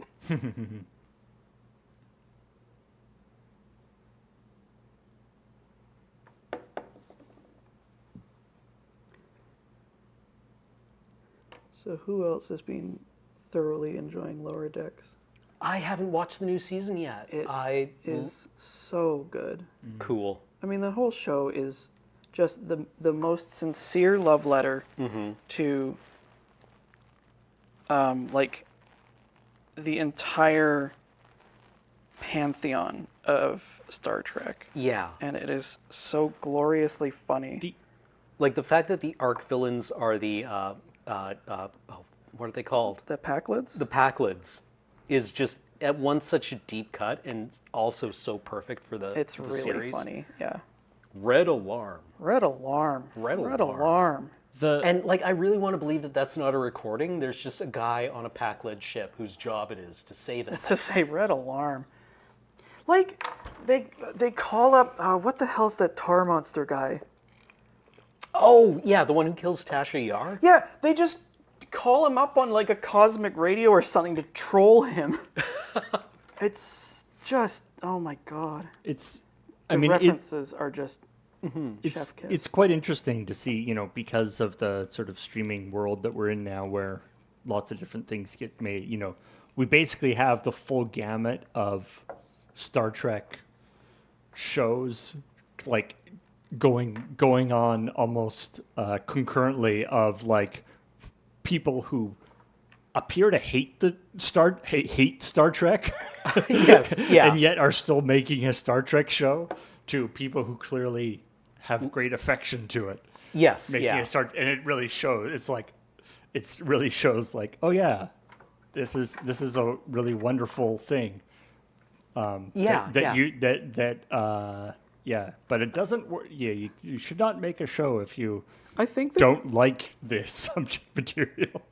Just you make a can different really show. accomplish something special if you're making parody from a place of great love. Mm-hmm.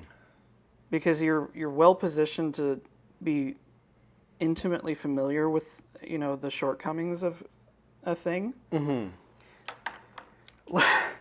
Like there's so much stuff that they lampoon, like people getting on cleanup duty for the holodeck, taking all the capsules of biological schmeng. Yeah. This is like, ugh. Yeah, they bleep it out, but it's quite clearly. Or like that weird martial art that they play, like they're like the ultimate martial art. Oh, yeah, that Riker fights with his dad. Yeah. Oh my God. Fucking Riker. Okay, how the hell? Oh, I see. Lower Decks charmed me when I realized that the Cerritos was a kit bash. Yeah. And Well, that it was the one of the- nacelles were Sharpies. That's so funny. It was one of the background ships that they needed for like space filler during the Borg attack. Was it? I thought so. I mean, I would believe that it would fit into that scene, but like I remember all those ships because I just heard that like was they 13 they and needed to make up a totally bunch of neurotypical. ships. Yeah, and they took like a bunch, like there's one ship that has like weird auxiliary nacelles that are markers, like artist markers. Yep. That were glued onto like an AMT Ertl Star Trek, like an actual model of the Enterprise. right? That's really funny. Here we go. I think that was the New Orleans class. The Nolans. New Orleans. They actually go to Cisco's dad's diner at one point, I think. Really? Like in season 2, I think. Huh. Oh, okay. And when they go to the cetacean lab, Yes, I like how, Which- for wait, one, which- all the dolphins and cetacean ops are sex pests. but it's like that was apparently something that was on like the Yeah, start. It was on like this. I have the book. Yeah. Yeah. It's like it's in this like the Star Trek official manual, Yeah, for the Enterprise D. but is never mentioned anywhere. It's just like, why does this exist? Yeah, we have dolphins on Starfleet ships. Yeah. Yeah, season 2, there's also like an episode where they just dead ass go to Deep Space Nine. And it rules as much as you think it does.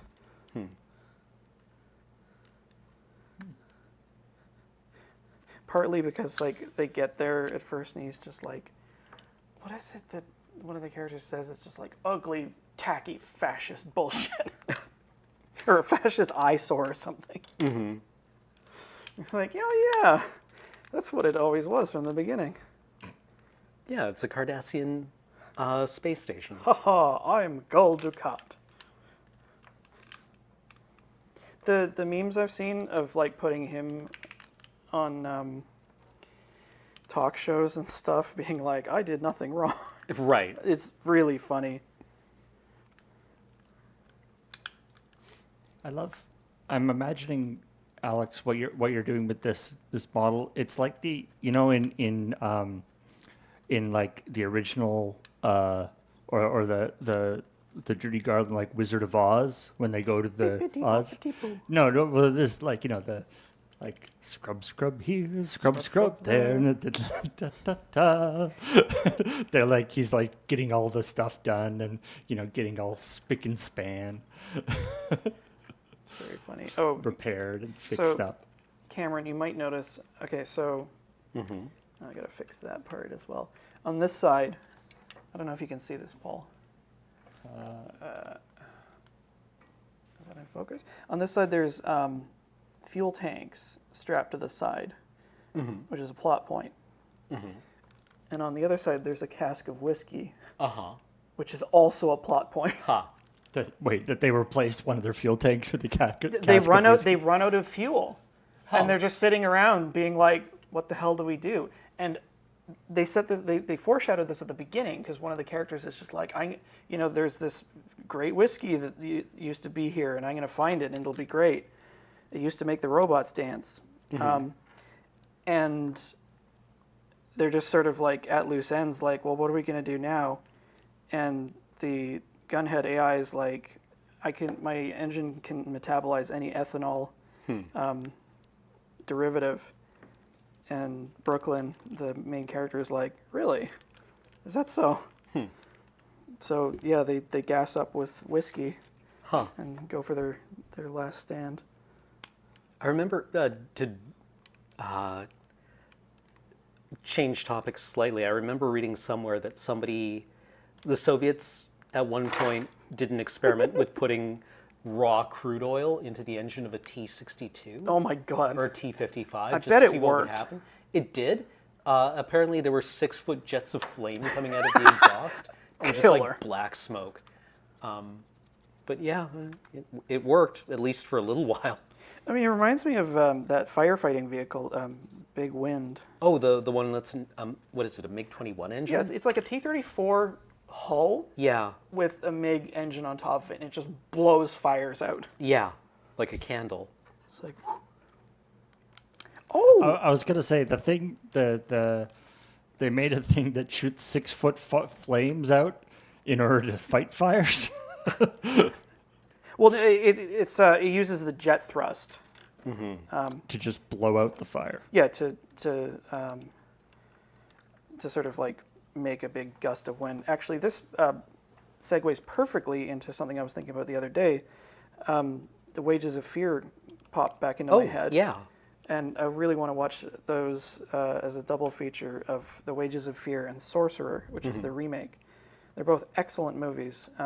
Wages of Fear takes place in it's like the 50s in some podunk South American town, and this big oil company, they have a well fire, and they need to transport a truckload of nitroglycerin to the site because evidently one of the ways that you can put out an oil well fire is by snuffing it out with explosives. Yeah, Right, blowing right. it up. Yeah, that's a real thing. And so they hire a bunch of guys who have nothing to lose and put them in the shittiest trucks imaginable to drive over rough terrain with a truckload of nitroglycerin. And it is about as puckering as you would imagine. Yeah, that sounds like Sphincter Factor 5. Yep.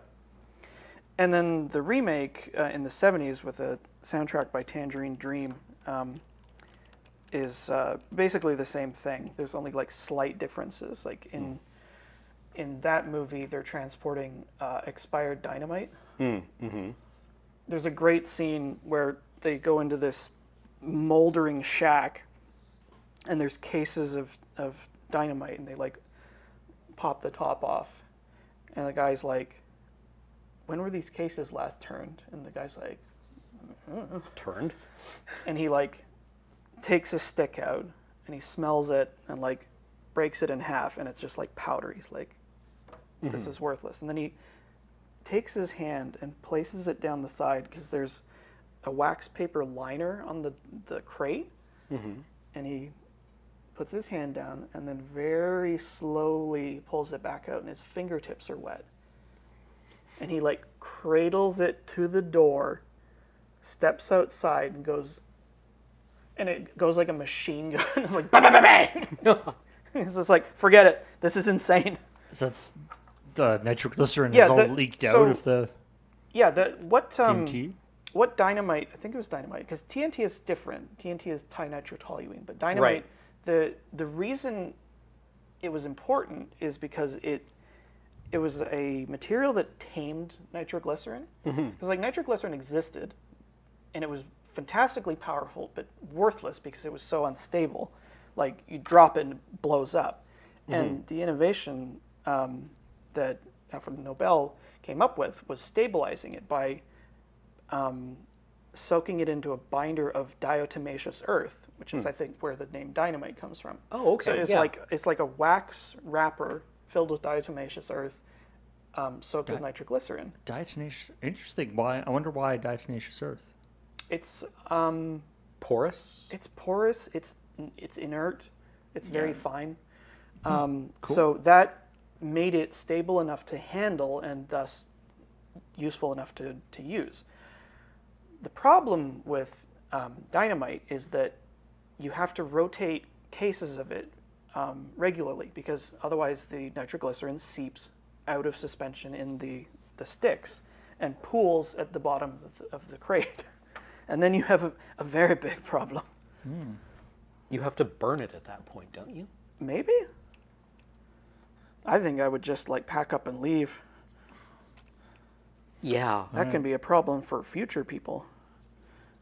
I want to like there. And this is how we get the nuclear weapons, the nuclear fallout This is stuff. this is not a place of honor. In the fridge. No highly esteemed yeah. deed is commemorated here.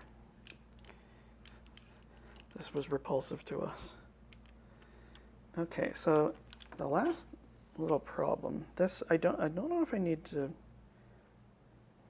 This will probably require some more like in-depth fixing because you can see here like there's two pegs that stick out and one of them is sheared off.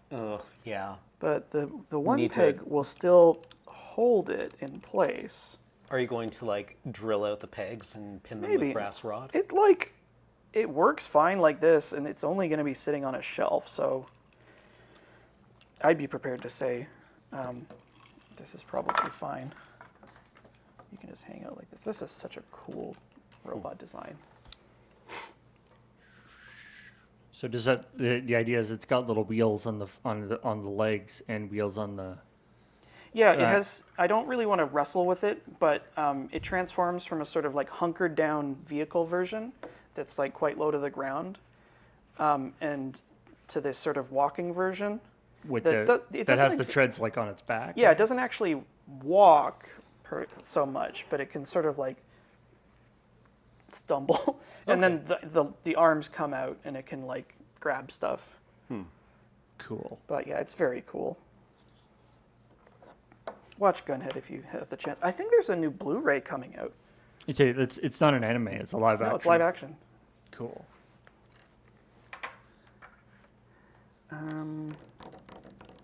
Right. Now let's see where we are with this. Do, do, do, do. Did the brass rods for the antennas work out? Yeah, I got some of them installed now. Yeah, I guess those would just be too delicate, made out of plastic. Yeah, they would. They would just Yeah, bend. like that's what brass parts are really useful for stuff like this because they're not as hard to work with as steel, but they're rigid enough to hold into like delicate forms like this that would be just basically impossible to do with styrene. Like I think there's probably a minimum dimension for injection molded parts. Like at a certain point, they probably start like warping or just are very susceptible to falling apart. Oh, yeah, you always get that. I mean, in Warhammer models, especially like fantasy models and stuff, you always get the like droopy swords and stuff. Yep. It's so unfortunate. It's like, no, I'm sure it happens to every warrior. Spears that kind of go off in a weird direction. Shit. I wonder. Oh, that is actual wire. It's my spear boomerang, okay? War leader said I was cool. Yeah.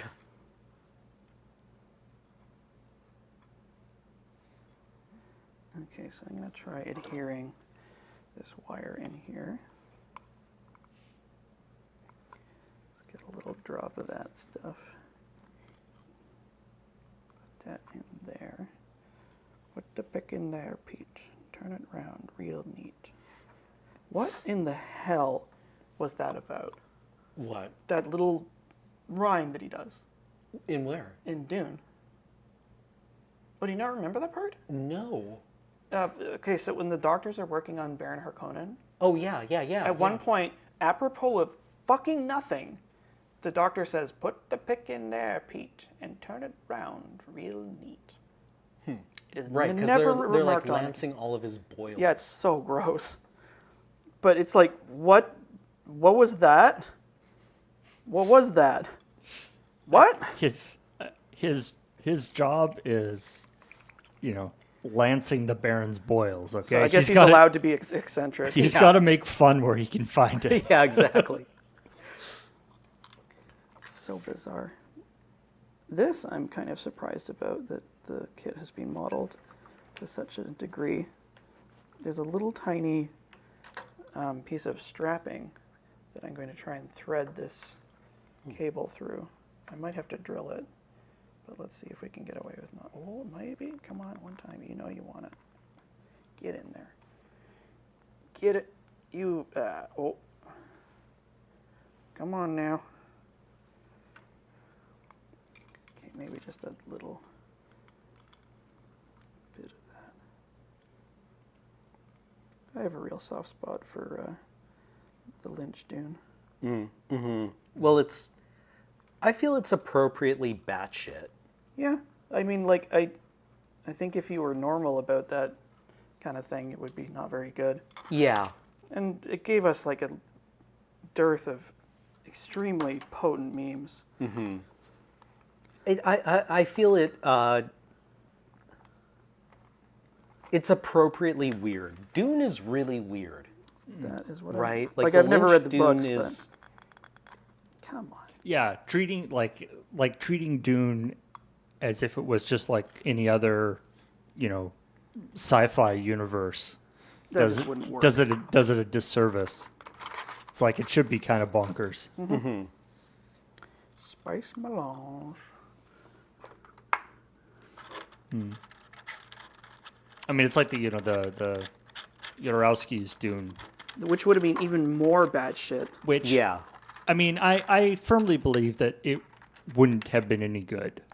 Yeah. Like That's I probably think, accurate. I think the beautiful thing of sort of the shards of Jodorowsky's Dune kind of going out into the world Yeah, everything and that it pollinated was. and pollinating, Alien, Alien and yeah. all these other, Blade Runner and, all these other sci-fi shows that was truly the success of that was movie. like, yeah, a much better use of all that stuff than Yeah, trying could to you actually imagine, make like, Dune. If Jodorowsky's Dune got made and suddenly H.R. Giger was just like, nobody wanted to work with him ever again. That's Everyone involved with this never works with anyone again. We have never heard of this film. Hello, I am HR Giger. I make content for Austrian zines. Very erotic content. They don't pay me much money, but Cool. Do you want millions of dollars to work on an A-list Hollywood project? Oh, that would be wonderful. Awesome. We've never heard of you before.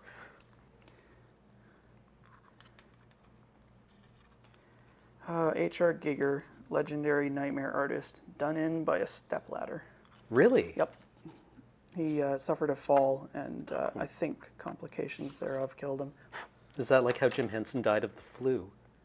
Did he? Yep. That sucks. Yeah. Just one of the things where he's like, whatever, it's the flu, and then it developed into pneumonia.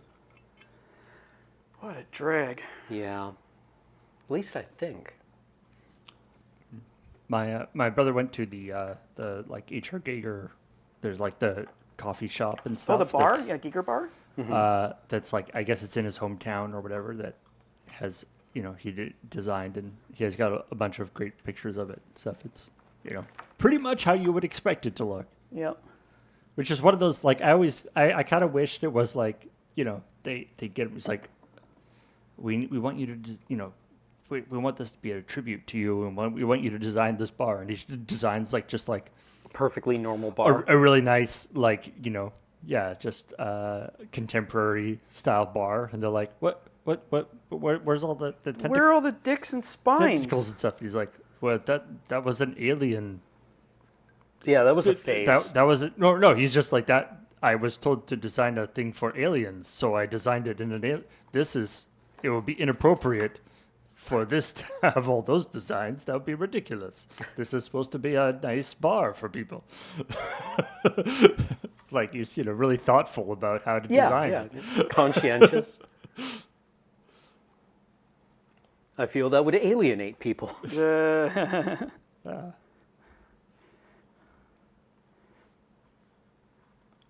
How ironic. This is so weird that I'm threading this. I'm very concerned that I'm going to break it. It's like you're sewing on a model. God, please don't break. Come on. You can do it. There we go.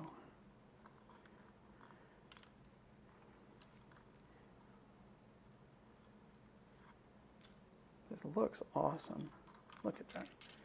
Cool. Yeah. Now, it doesn't say how long these are supposed to be.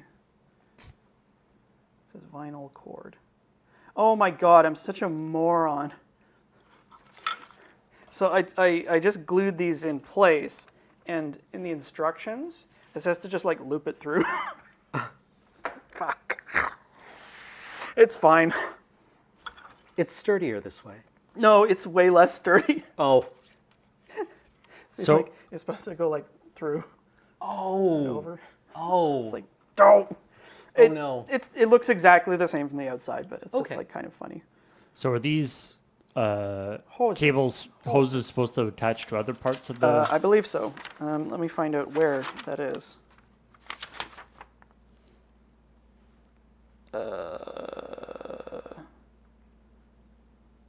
Huh.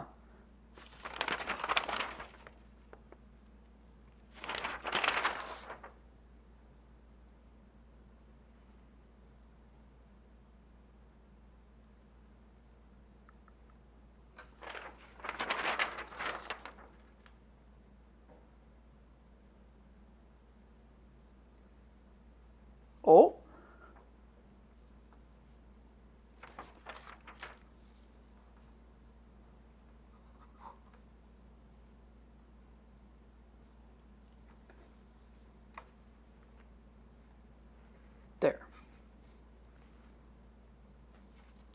Definitely going to have to enlarge those holes.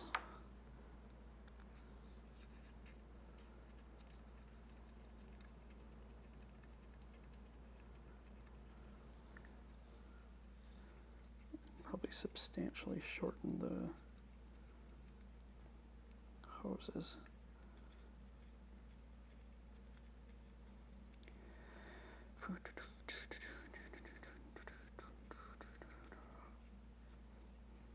The weird stuff on the front of this is really something.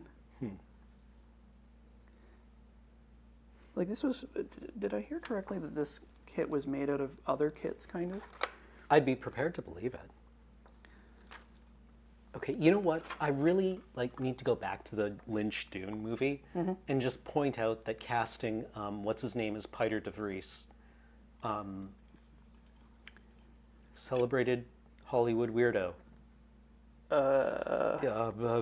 Can you narrow it down? The French? No, he was Wormtongue in Lord of the Rings. Why can't I remember the actor's name? Sorry, dude. I'm sure. Brad Dourif. Yeah, Brad Dourif. If you have a chance to make a weird science fiction movie and you don't get Brad Dourif, what are you even doing?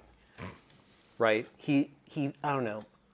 There's a great pantheon of genre actors who die in hideous ways, usually in movies, and Brad Dourif is one of them, along with Leland Orser, who is usually a guy who you will see in the background of a science fiction or a thriller movie being like, oh God, what's happening to me?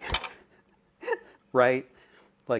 Leland Orser, the legend, right? He's the guy in Seven who's screaming, get this thing off of me. Oh, right? wow. And he's the guy in Alien Resurrection who's screaming, what's inside of me?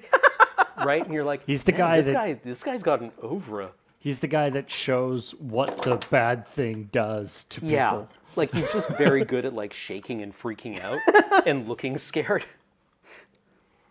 Hey, I mean, that's casting. Yeah.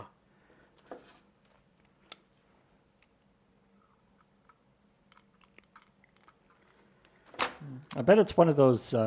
It's one of those things that is surprisingly complex to make it actually look good. Probably. I might need a full-size drill to actually get these. So these, the hoses, when they connect here, they go into these little ports there. There's one neat. there and one there. So I'm going to drill those through so these can just mesh together. So that's So those did those get the holes got filled up when you primed it, or no, they got filled up when the model was put together. Okay, so you're expected to have to drill out all the. I mean, either that or maybe just the tolerances weren't the way I wanted them to be. Because they're shallow holes, so they could potentially work, but I'm seeing a little bit of darkness there that makes me think that maybe something was off register. But it's not that hard to drill out. I'll just do that with my carbide later. It's I remember seeing some behind the scenes things for Doctor Who, and they have a stable of half a dozen actors that play the majority of the monsters. Yeah. It's Star Trek has that too, right? And it's it turns out finding somebody, the skill of being able to be basically, entirely covered in latex but still emote. And emote well, and being basically hardly able to hear or see or breathe for long periods of time without freaking out is a very very valuable skill. And when they find people who can do that, they get them on for everything because it's actually pretty difficult. I think there's a woman who was in the Godzilla suit. There's footage of her on set with the live audio there, and he was going "Grawr." Actually, awesome. Doing It was very funny and charming. It's how they couldn't stop the like Ewan McGregor from doing the whoom whoom whoom Oh, yeah. noise for the lightsabers. Well, there's a really charming behind the scenes from The Phantom Menace, where they're filming, the scene where he is fighting Darth Maul, and he gets force pushed or knocked off a ledge, and it shows him like landing on the mat on the floor, and then, they yell cut, and he holds there for a second, and then kicks his little legs, and like bolts upright, and goes up to the B unit guy filming the behind the scenes and says, "Do you want to be in Star Wars?" They said, "Two fucking rights," I said. Right, and he's just like he's so jazzed to be there. It's really endearing. That is really endearing.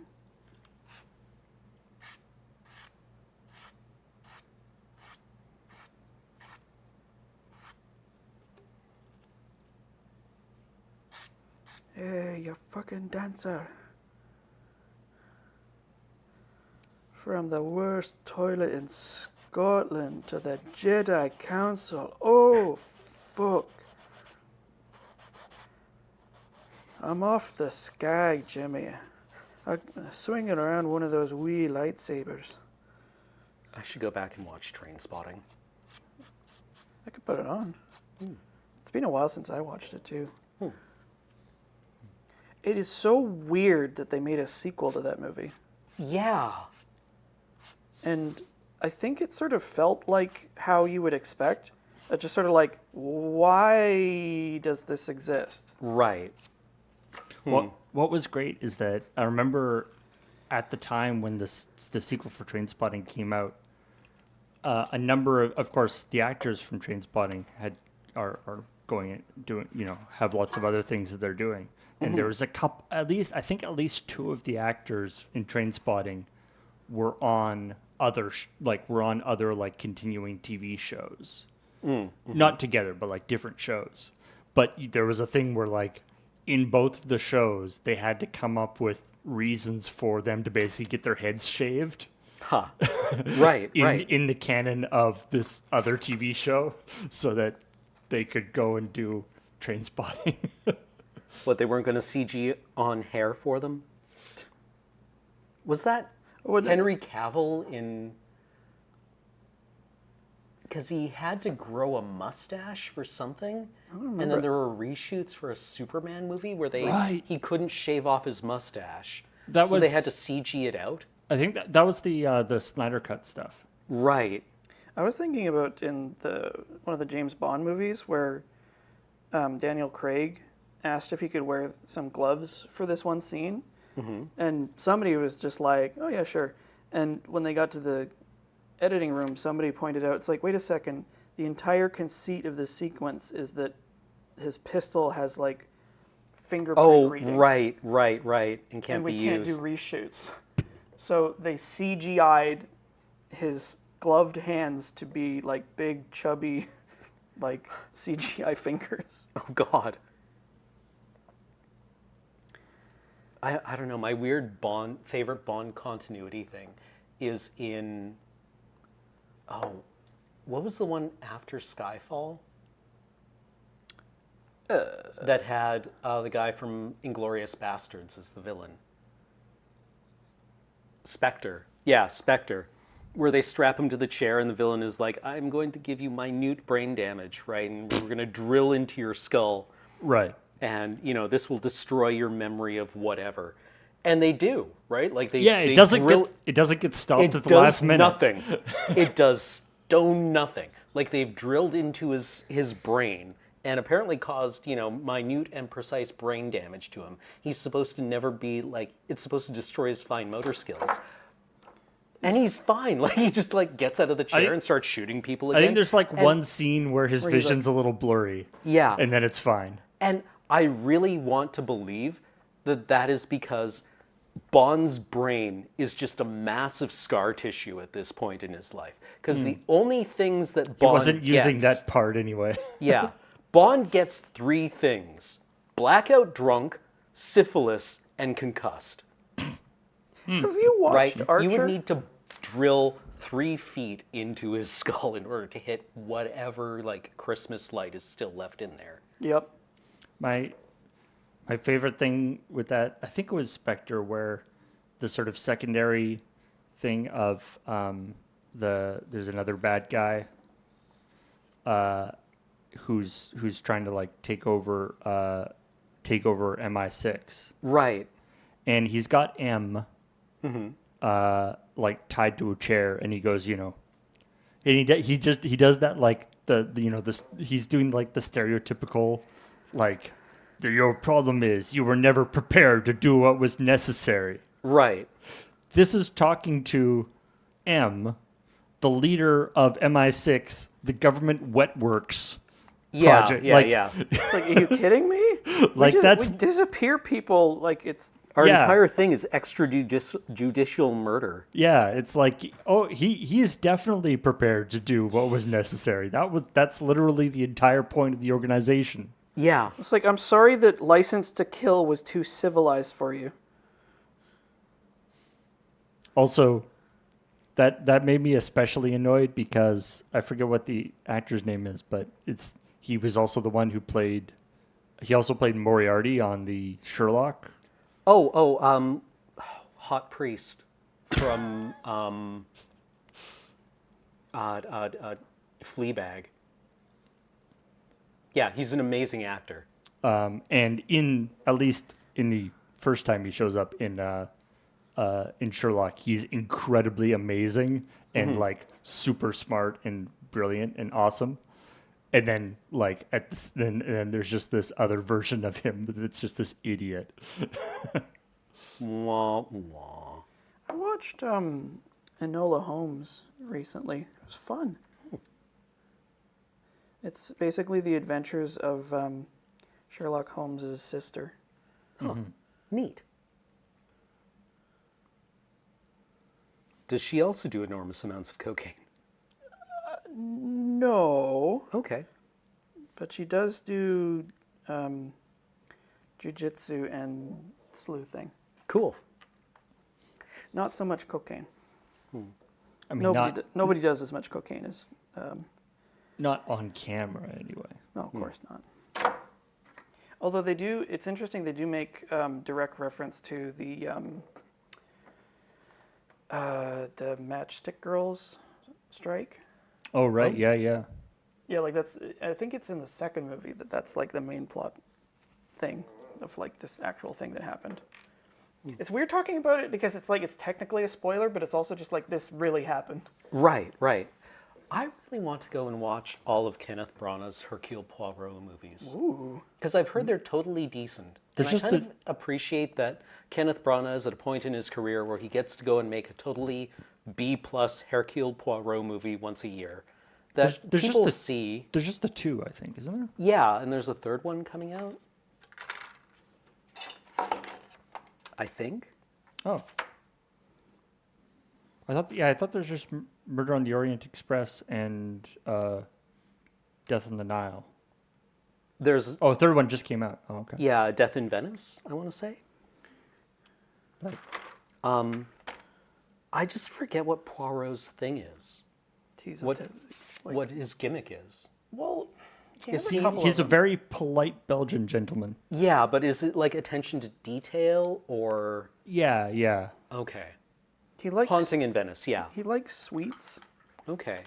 Oh right, little gray cells. Like he's Right, he's got the visual calculus thing, right? He's also like he's very autistic coded. Okay. At least in some of the. Although things I've seen. I think I saw a thing talking about how like in they really play that up in the Branagh one. Also, Yeah, he like hates loud noises and stuff like that. also he's sort of quite fastidious, and has. And at least the Branagh one has, and then the Branagh one has an incredibly huge, ridiculous mustache, Amazing. which is definitely not from the original series.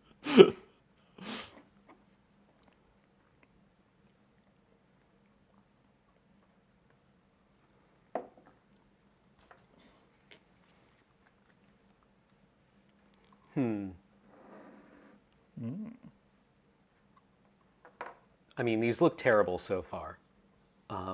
and they will continue to look terrible until they're Until finished. they don't look terrible. Right. But I don't know. I just decided that I want these guys to look like they're off of a KMFDM album.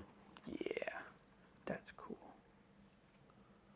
So like very like black, red, white, kind of like John Blanche artwork, who was, if you're not familiar with John Blanche, he's kind of like responsible for the look of 40K. He does like very watercolor.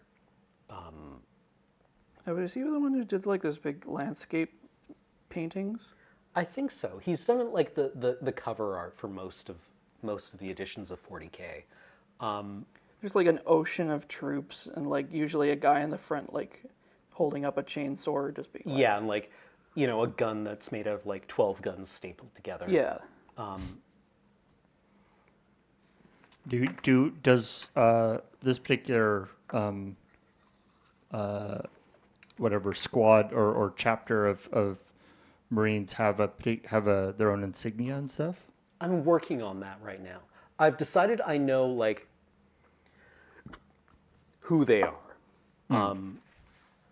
In that they are an Imperial Fist successor, and the Imperial Fists were the Space Marine Legion that really like emphasized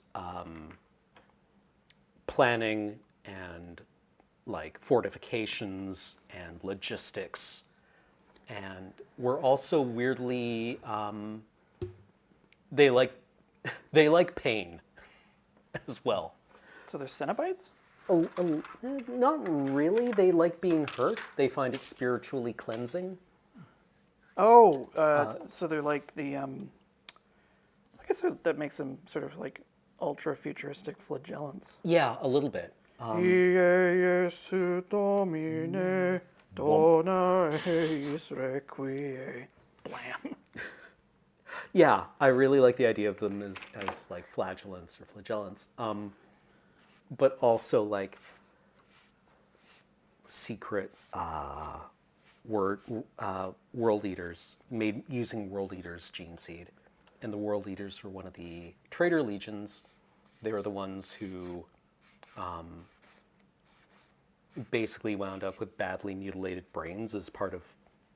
Yeah, there's like 45 minutes of lore here. They were the ones who fell to chaos because they were made into berserkers. Oops. And nobody knows what they would have been like if that hadn't happened to them. Interesting. Because they met their Primarch, and their Primarch had like the template for their genetic legacy, this like demigod that the Emperor created. Their Primarch was found on a planet where he had been put into gladiatorial pits. And the people who owned him had put things in his brain to make him angry all the time. Wow. Wait And a then- sec, the Angry Marines are an actual chapter? Basically. That rules. I mean, all Marines are angry to a certain extent, I guess. And the Emperor, found him and looked at him. And in one of the books, he's examining him and is like, he still kind of works. I don't care. Like, put him back in the field. Can you see me? Can you hear me? Okay for work. Yeah. Which I thought was really interesting. So he's basically Phineas Gage, the Kind of. Yeah. Space Actually, Marine. yeah. Phineas Gage, the Space Marines. Who's Phineas Gage? Phineas Gage was a railway worker who had a railway spike blown through his head. Oh! And it destroyed like a very specific part of his frontal lobe and changed his personality. He didn't. Yeah, but he didn't die. And so Yeah, he didn't die. He was the first, or one of the big sources of like what the different parts of the brain do. Yep. Yeah, you will learn all about Phineas Gage in your first year psych course. It's considered unethical to do that to people just normally. Yes. Yeah. So they just have to wait around. Until it happens accidentally. Yeah, They descend on him like a cloud of locusts. a bunch of bunch of sort of hopeful-looking psychologists standing around railroad tracks. Yep. Yeah, or like, I wonder how excited they were when that one Russian guy put his head in the particle beam. Oh, right. Man, the pictures of that dude. Yeah, they're like, did he live? Is he different now? I mean, yes. He's a guy who survived looking into a particle accelerator. It made a very funny shaped hole in his head.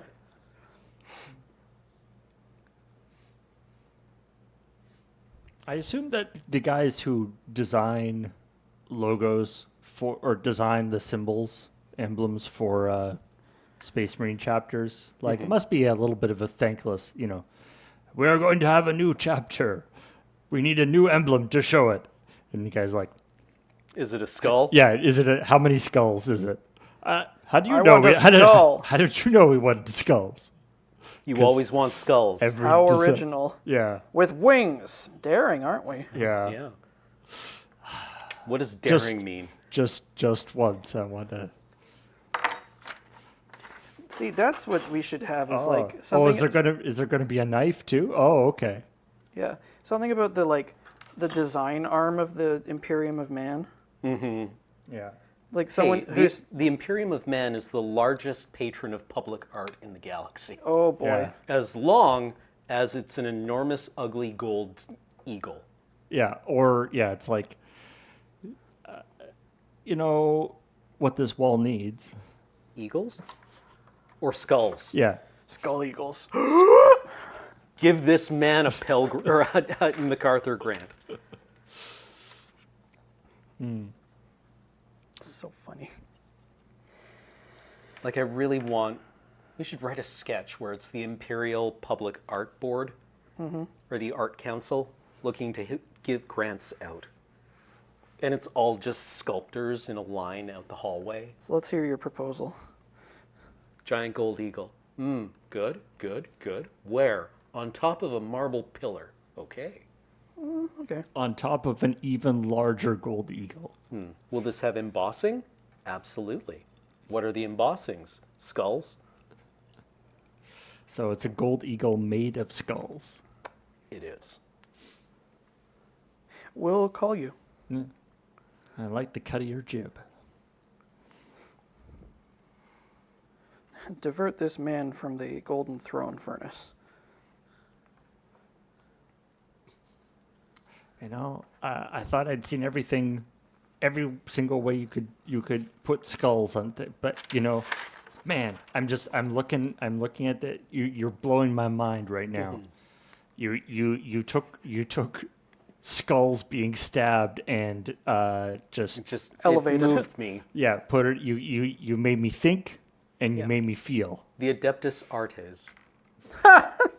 Oh, I stole it from Chad. Thank you, Rinko Spare.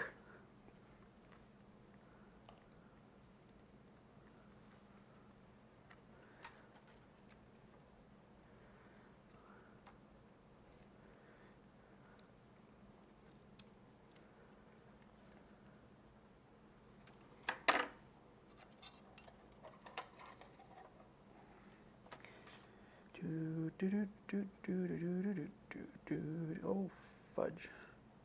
That was a lot of glue. It's fine.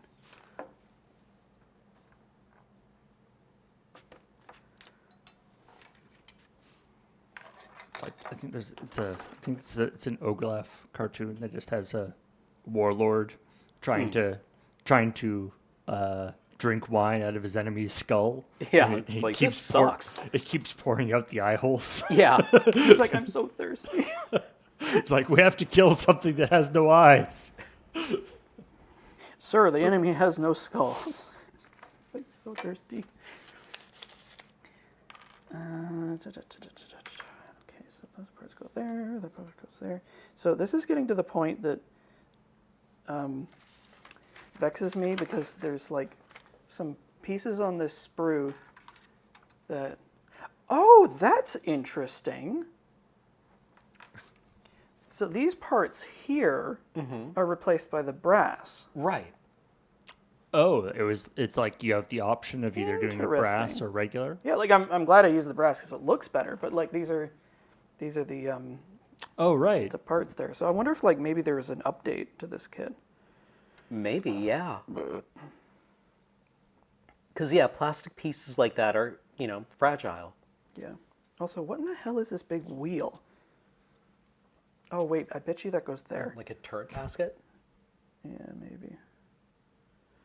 It's always great when, the mechanic puts together the giant mech and is like, why do I have all these extra parts? This wheel was supposed to go somewhere, wasn't it? Yeah, and at least there's only so many places it could go. Let's see if we can guess.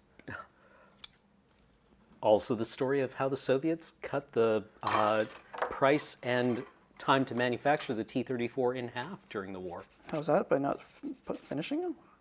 Basically, like they just found parts that they didn't really need because, they, to a certain extent, did the math and realized that, like, these are armored fighting vehicles. They have a lifetime in the field of, this many dozens of hours, and frankly, the components don't need to last any longer than that on average. So they could be made to looser tolerances with lower quality materials. And they also just started doing things like removing the driver's seat, removing the tail lights, removing the seals around hatches. What? Wait, where did the driver sit?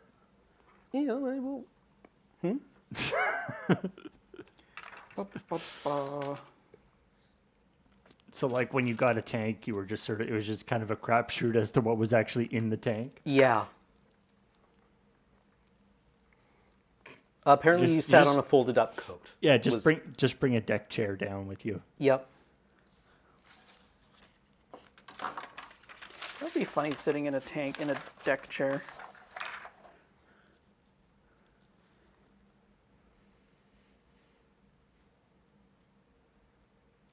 Okay, so this goes together. What the frickety?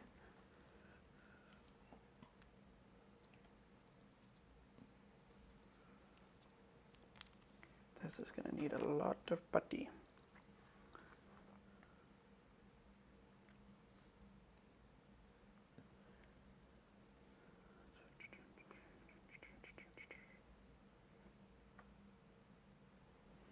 I feel like I teased it, and I should probably show you what this third kit is.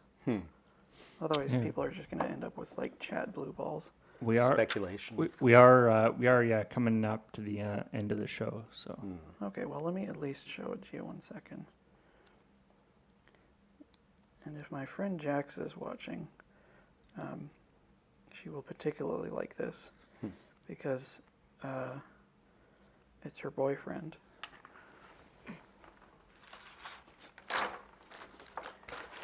Oh, was she here a few weeks ago? No, Oh, okay. different Different maybe friend. different Jax. The third kit is Tsar Bomba. Does it come with a babushka and a mop? No, but I should definitely model that. is it the plane as well, or just No, the bomb? it's just the bomb and the cradle carrying it. So this, Nice. for context, if you don't know what this is, this was the largest hydrogen bomb ever made. It was a half-scale prototype of a 100 megaton device. Yeah. So this one was 50 megatons. It was so big that it barely fit on the plane. I heard apocryphally that the drag chute caused a disruption in the Russian textile industry. And the explosion was measurable on its third pass around the Earth. And it's the largest nuclear quote-unquote test. So the cute thing about this kit is that when I got it, it came with a bunch of Slavic candy. Oh, neat. Nice. It's very charming. I think. Is that this- like current Slavic candy, or is that like Maybe. reproduction? No, period like this candy? is this is current. It looks like it, and I think this might. I don't know where we ordered this from or how it came into my possession. I think this might have been a kit that my dad ordered or something from like Ukraine or something. Oh, neat. So yeah, I think Ukraine makes a lot of cool model kits.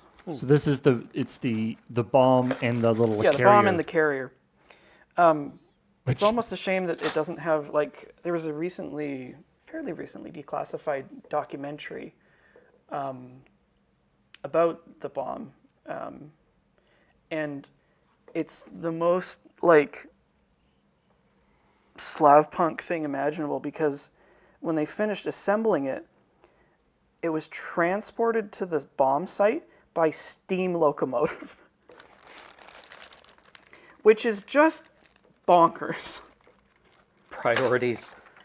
It's just like I do love the like that in that picture. Like it looks like rather than like just the carrier for them to move it onto the plane, that maybe the bomb is just like that, and then there's just like a little guy at the front with a steering wheel and just like drives I'm Yeah. just gonna- I just think I'm drives just gonna look this at car these that parts. is entirely a bomb over to where it has to go, and then Yeah. you know So there's a bunch of Gets out. wheels. Whoa! leaves the key in the ignition. Look at those. Oh, wow. Wow, those are gonna be a nightmare. These little itty bitty, teeny little straps, I think. Oh no. A bunch of stuff. There's the body. And I Okay. think that's where the drogue chute would be. It's less kind of bulbous than I thought it was. Yeah. Interesting. God, the weirdest thing. There's a lot of. Yeah, this is gonna take a lot of finishing work. Because like there's the the flashing around this sprue is terrible. Oof. Is there something that's supposed to have been in the middle of that sprue? Ooh.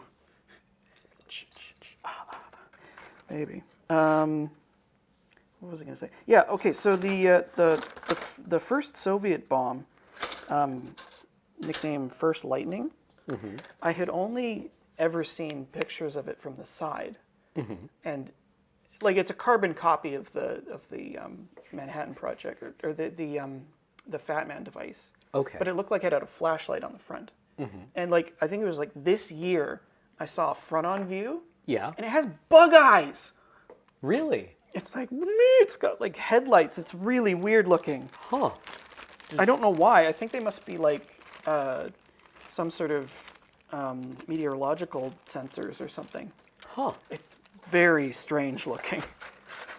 So this might be coming to a Tinker Tailor next time, but I thought that I should do that. I actually have models for Fat Man and Little Boy that I think are in the same scale, and I kind of wanted to do like, As the Tsar Bomba?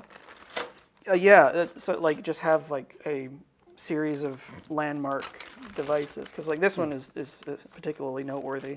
It's like the Three Bears or whatever. This one was too small. This one didn't go critical, but this one was just right. Turns out they were all just right. And it vaporized everybody.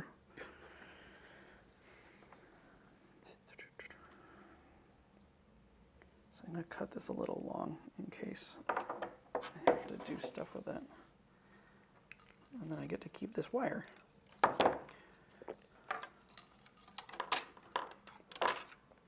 I think Tsar Bomba was also when the Soviet Union and I think the Americans decided to like chill out just a little bit. Right. They're like, oh, okay, maybe we can make them more precise and not quite so big. Yeah. Like it was a stupid idea. It was really just like a dick wave because it was completely impractical. It was just like, we make the biggest one. Especially since that was apparently the 50% one. Yeah, that's messed up. The Suka Bliat heard around the world. Boof.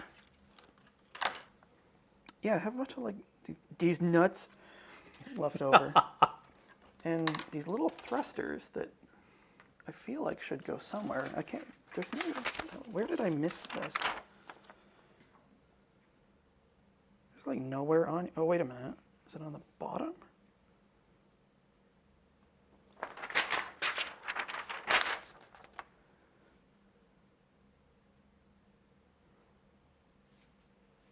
I'm so perplexed why there's like parts on here with no direction on where they're supposed to be added. It's just not there. I mean, I guess I just get free rocket thrusters to put on something. Might as well. I mean, what is not improved by adding rocket thrusters, I ask you? A Chevrolet. I That was an urban legend, actually, about a guy who strapped a JATO bottle to his car. Rolling hydrazine? Well, so a JATO bottle it stands for Jet Assisted Takeoff. Yeah. It's for Overladen overburdened aircraft to get off the ground, or just to use like shorter runways, I think. It's a disposable rocket engine. I think it's a rocket engine. And so some dude, like, this is an urban legend, so I don't know if it's actually true, but it's a good story. He strapped it to his car. And so when the forensics team Right. investigated I remember hearing this in the context of a Darwin Award. Yeah, I think it was in the Big Book of Urban Legends or the Big Book of Death. They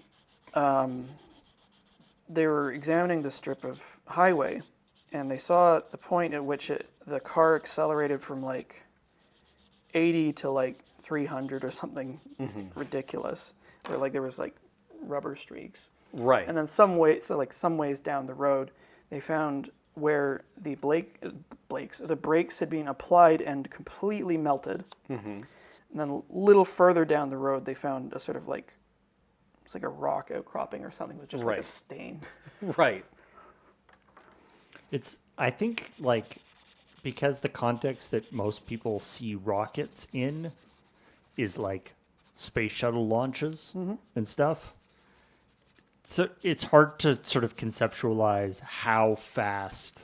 Yeah, because the scale is wrong. Yeah, because like a space shuttle moves relatively. I mean, you're standing way, way, way far back. So, or the POV is way far back, and it's extremely heavy. It's also accelerating. And it's accelerating. It looks like it's sort of moving relatively slowly.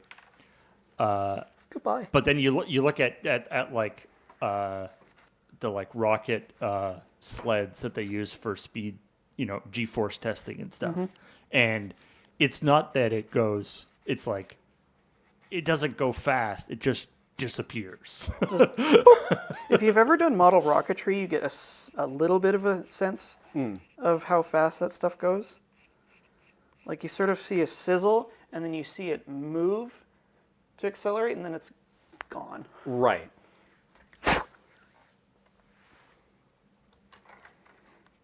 I gotta build some rockets. It's been way too long.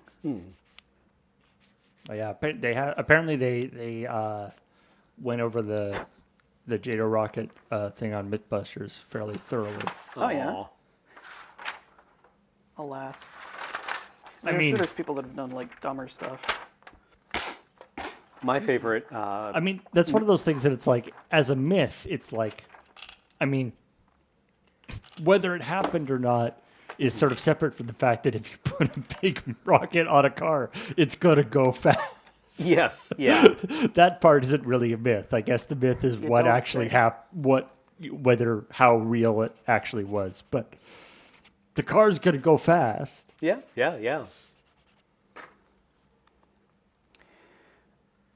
I mean, that's basically how they cracked the land speed record, was in rocket-propelled vehicles. That's also how Richard Hammond almost died. One of the times that he almost died. Right. Yeah, I mean, His nickname of hamster had relatively little to do with his last name. Squeak, squeak.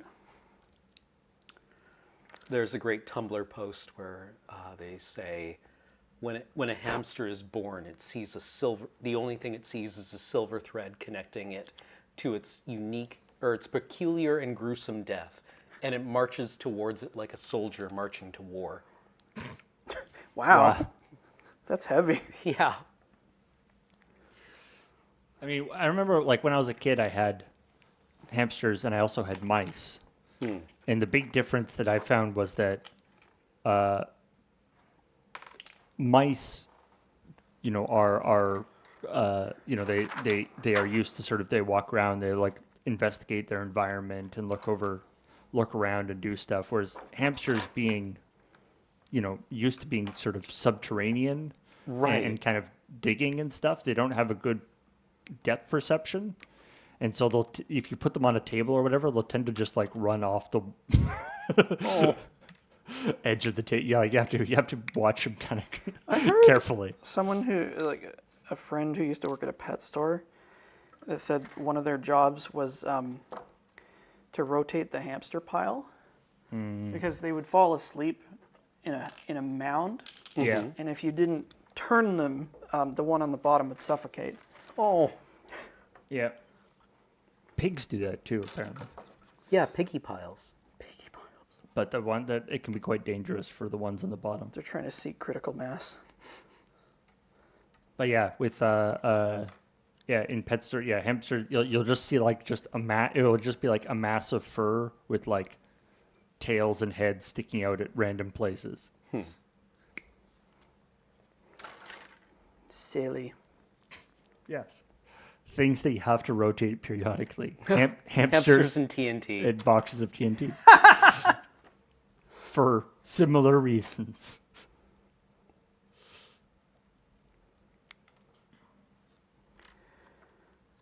Special storage concerns. It reminds me that UNSBC video about the organic peroxides. It was like, I don't know if it was Hurricane Katrina or if it was just like some other extreme weather event where they were talking about like this depot that had a whole bunch of organic peroxides in storage. And the poor bastards working there, like, they tried everything to keep the supply in a safe place. Right. Just like, I think, was it because the refrigeration failed? And they kept trying to transport it because there was like massive flooding that I think knocked out the generators, and then they tried moving it, and then they tried moving it again, and then eventually they started like hand bombing it by like one, jug at a time, like wading through this water, and eventually it was hopeless, and they had to evacuate, and then just like this truckload of organic peroxides just decomposed and went. I was like, oh man, you come so far and tried so hard, but in the end, it doesn't really matter. The thing that I'm referring to, UNSCSB, I always get the acronym wrong, but it's it's an American industrial safety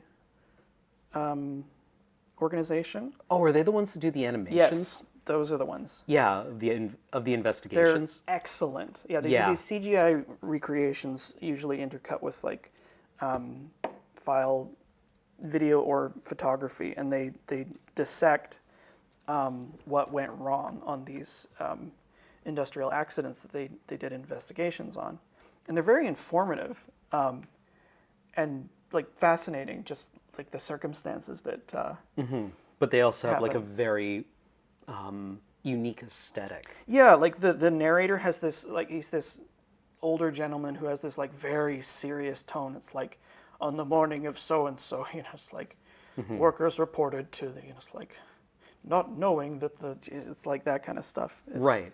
His cadence is brilliant for the content. But there's lots of wild stuff. Solemn yet impartial. Yeah, exactly.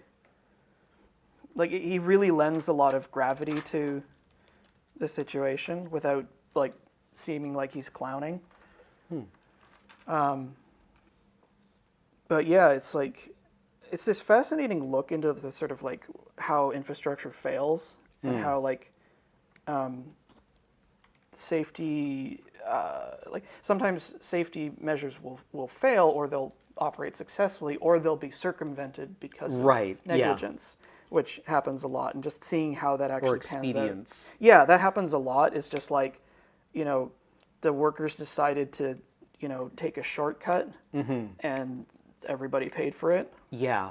Well, was it Raymond who was telling us about the paper cutter at Island Blue? Oh God. The one where you have to have both hands and both feet on a safety pedal. On separate pedals. Yeah, Yeah, it's on like, safety pedals, and then like there's a safety, and so you can have no limbs that are unaccounted for. Yeah, exactly. And it works great once you duct tape them all shut and put like a cinder block over Oh, the foot pedals. God. Right. Well, he also had the older one from like the turn of the century that had like a flywheel, and it just had a trip lever where you would just go clunk, and it would go. It's like giant guillotine blade that would just like slice through like 4 inches of stacked paper. Right. It's just like it makes that zipping sound. It's like zzz. You know, it's like something that shouldn't be cut that quickly being cut that quickly. Oh, it was good. I would like to point out that at no point did Raymond actually say that the paper cutter at No, Island he Blue didn't had its actually safety features circumvented. No. Yeah. What was I going to say? That was the same place that had an actual factual kludge. I'm not familiar with Okay, so you know Yeah, the figurative kludge. Yeah, it's something you bodge together. You didn't know that it's an actual machine. No. So the kludge printing press is where the namesake, I guess, metaphor comes from. And if you see it operating, you'll see why. Because it's like this weird, complicated system of like things moving in and out, and like it's wild. Huh. And I think it just became synonymous with like over-engineered, over-complicated designs. But apparently it works quite well. That's very cool. I was lucky to see that. The other one I want to see is a linotype machine. I really want to see one before they all stop working. I think there's a couple of very dedicated sort of enthusiasts that keep a few of them in working order. I still want a Curta. Yeah, so do I. I mean, who doesn't want a Curta? You know what? They're actually almost cut from the same cloth, because the linotype typesetting machine was like the very last step before the advent of like offset printing. Because you're familiar with how it works? Not really. This is incredible. So the linotype typesetting machine was a revolution for magazines and newspapers, because like before that you would have people manually setting type. They would have like big boxes full of like individual letters, and they would like pick and place to write the headline backwards, and then like send it to be like printed. Right. So the linotype machine was this enormous engine. Okay. And you would sit at a keyboard, and you would hit the keys, and as you hit each key, it would dispense from a magazine one of the corresponding letters in sequence. You'd be like, the quick brown fox jumps over the lazy dog. It would drop those letters in sequence and assemble it into a sentence of like templated text. And then when you pressed a button, it would take those letters and fabricate them in lead type and kick it out the side. And then send all those letters back to their magazines automatically. Wow. So you'd write a line, it would manufacture temporarily a line of lead text to print from. Right. And like you would do that for each line, and you would get a complete like newspaper page, and then you'd print it and then take all that type and melt it back into linotype material. Neat. It's bonkers. If you like go on YouTube, look up linotype machine, and it's astounding.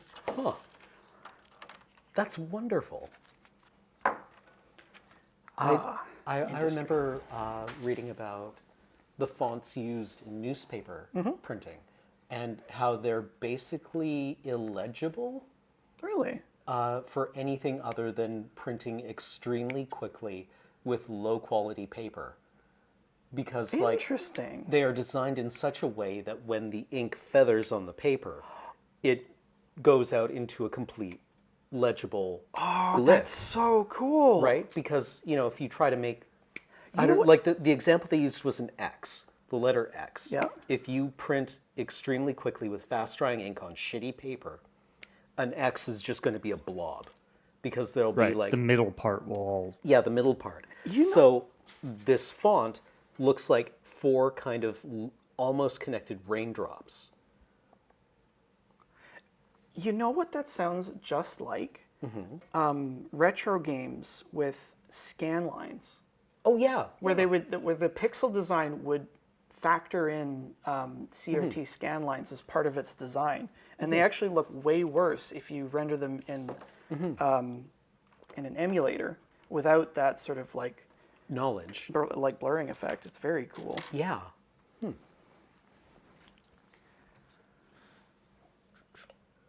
Well, we are coming to the end of the show here, I think. Okay. I made very good progress. This is like, I'd say like 95% complete. Nice. It sort of has you're coming up to sort of the final assembly part. Yeah, like the rest of this is just sort of nicks and knacks and like knee pads and stuff, but it's like the two legs, and then the chassis and the hull all go together, kind of like this.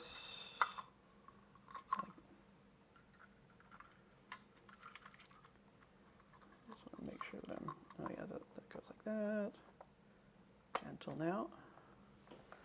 It's the you're 90% done, so you just have the 50% of the work, which is all Yep. the little bits that Yep.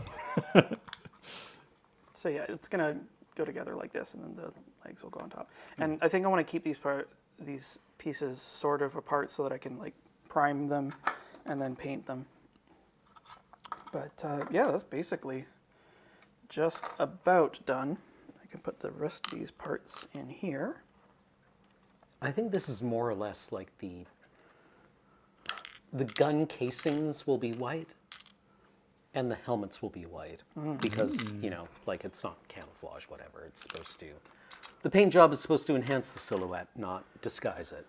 Camouflage, leave that to the Klexus assassins. Exactly. Chicken shit losers. Pew pew. Ah. All right. Well, should yeah, we call it there, I guess. Yeah. Good. All right. Well, thank you for joining us on Tinker Tailor Solder Fry tonight. I've been Cameron. I have been Alex. And Tinker Tailor will be back in 2 weeks with Ian. But thank you Does he for have plans specifically, or is he He mentioned something. I forget what it is now, but it'll be interesting. And yeah, as always, thank you for your support on patreon.com/loadingreadyrun, which goes to pay our bills, pay us, and pay for the stuff that we do. and So it keeps thank you Paul's very much. limitless power in check? It does. If Patreon funding runs out, Paul will only have 5 minutes of auxiliary power, which under combat conditions runs down to about a minute. And then he goes berserk. Yeah. Unless you engage his berserk mode, which is unpredictable. We always arrive back at Evangelion, don't we? We do. Anyway, thank you so much, and yeah. That's it. That's all I got. Okay, go home. Bye.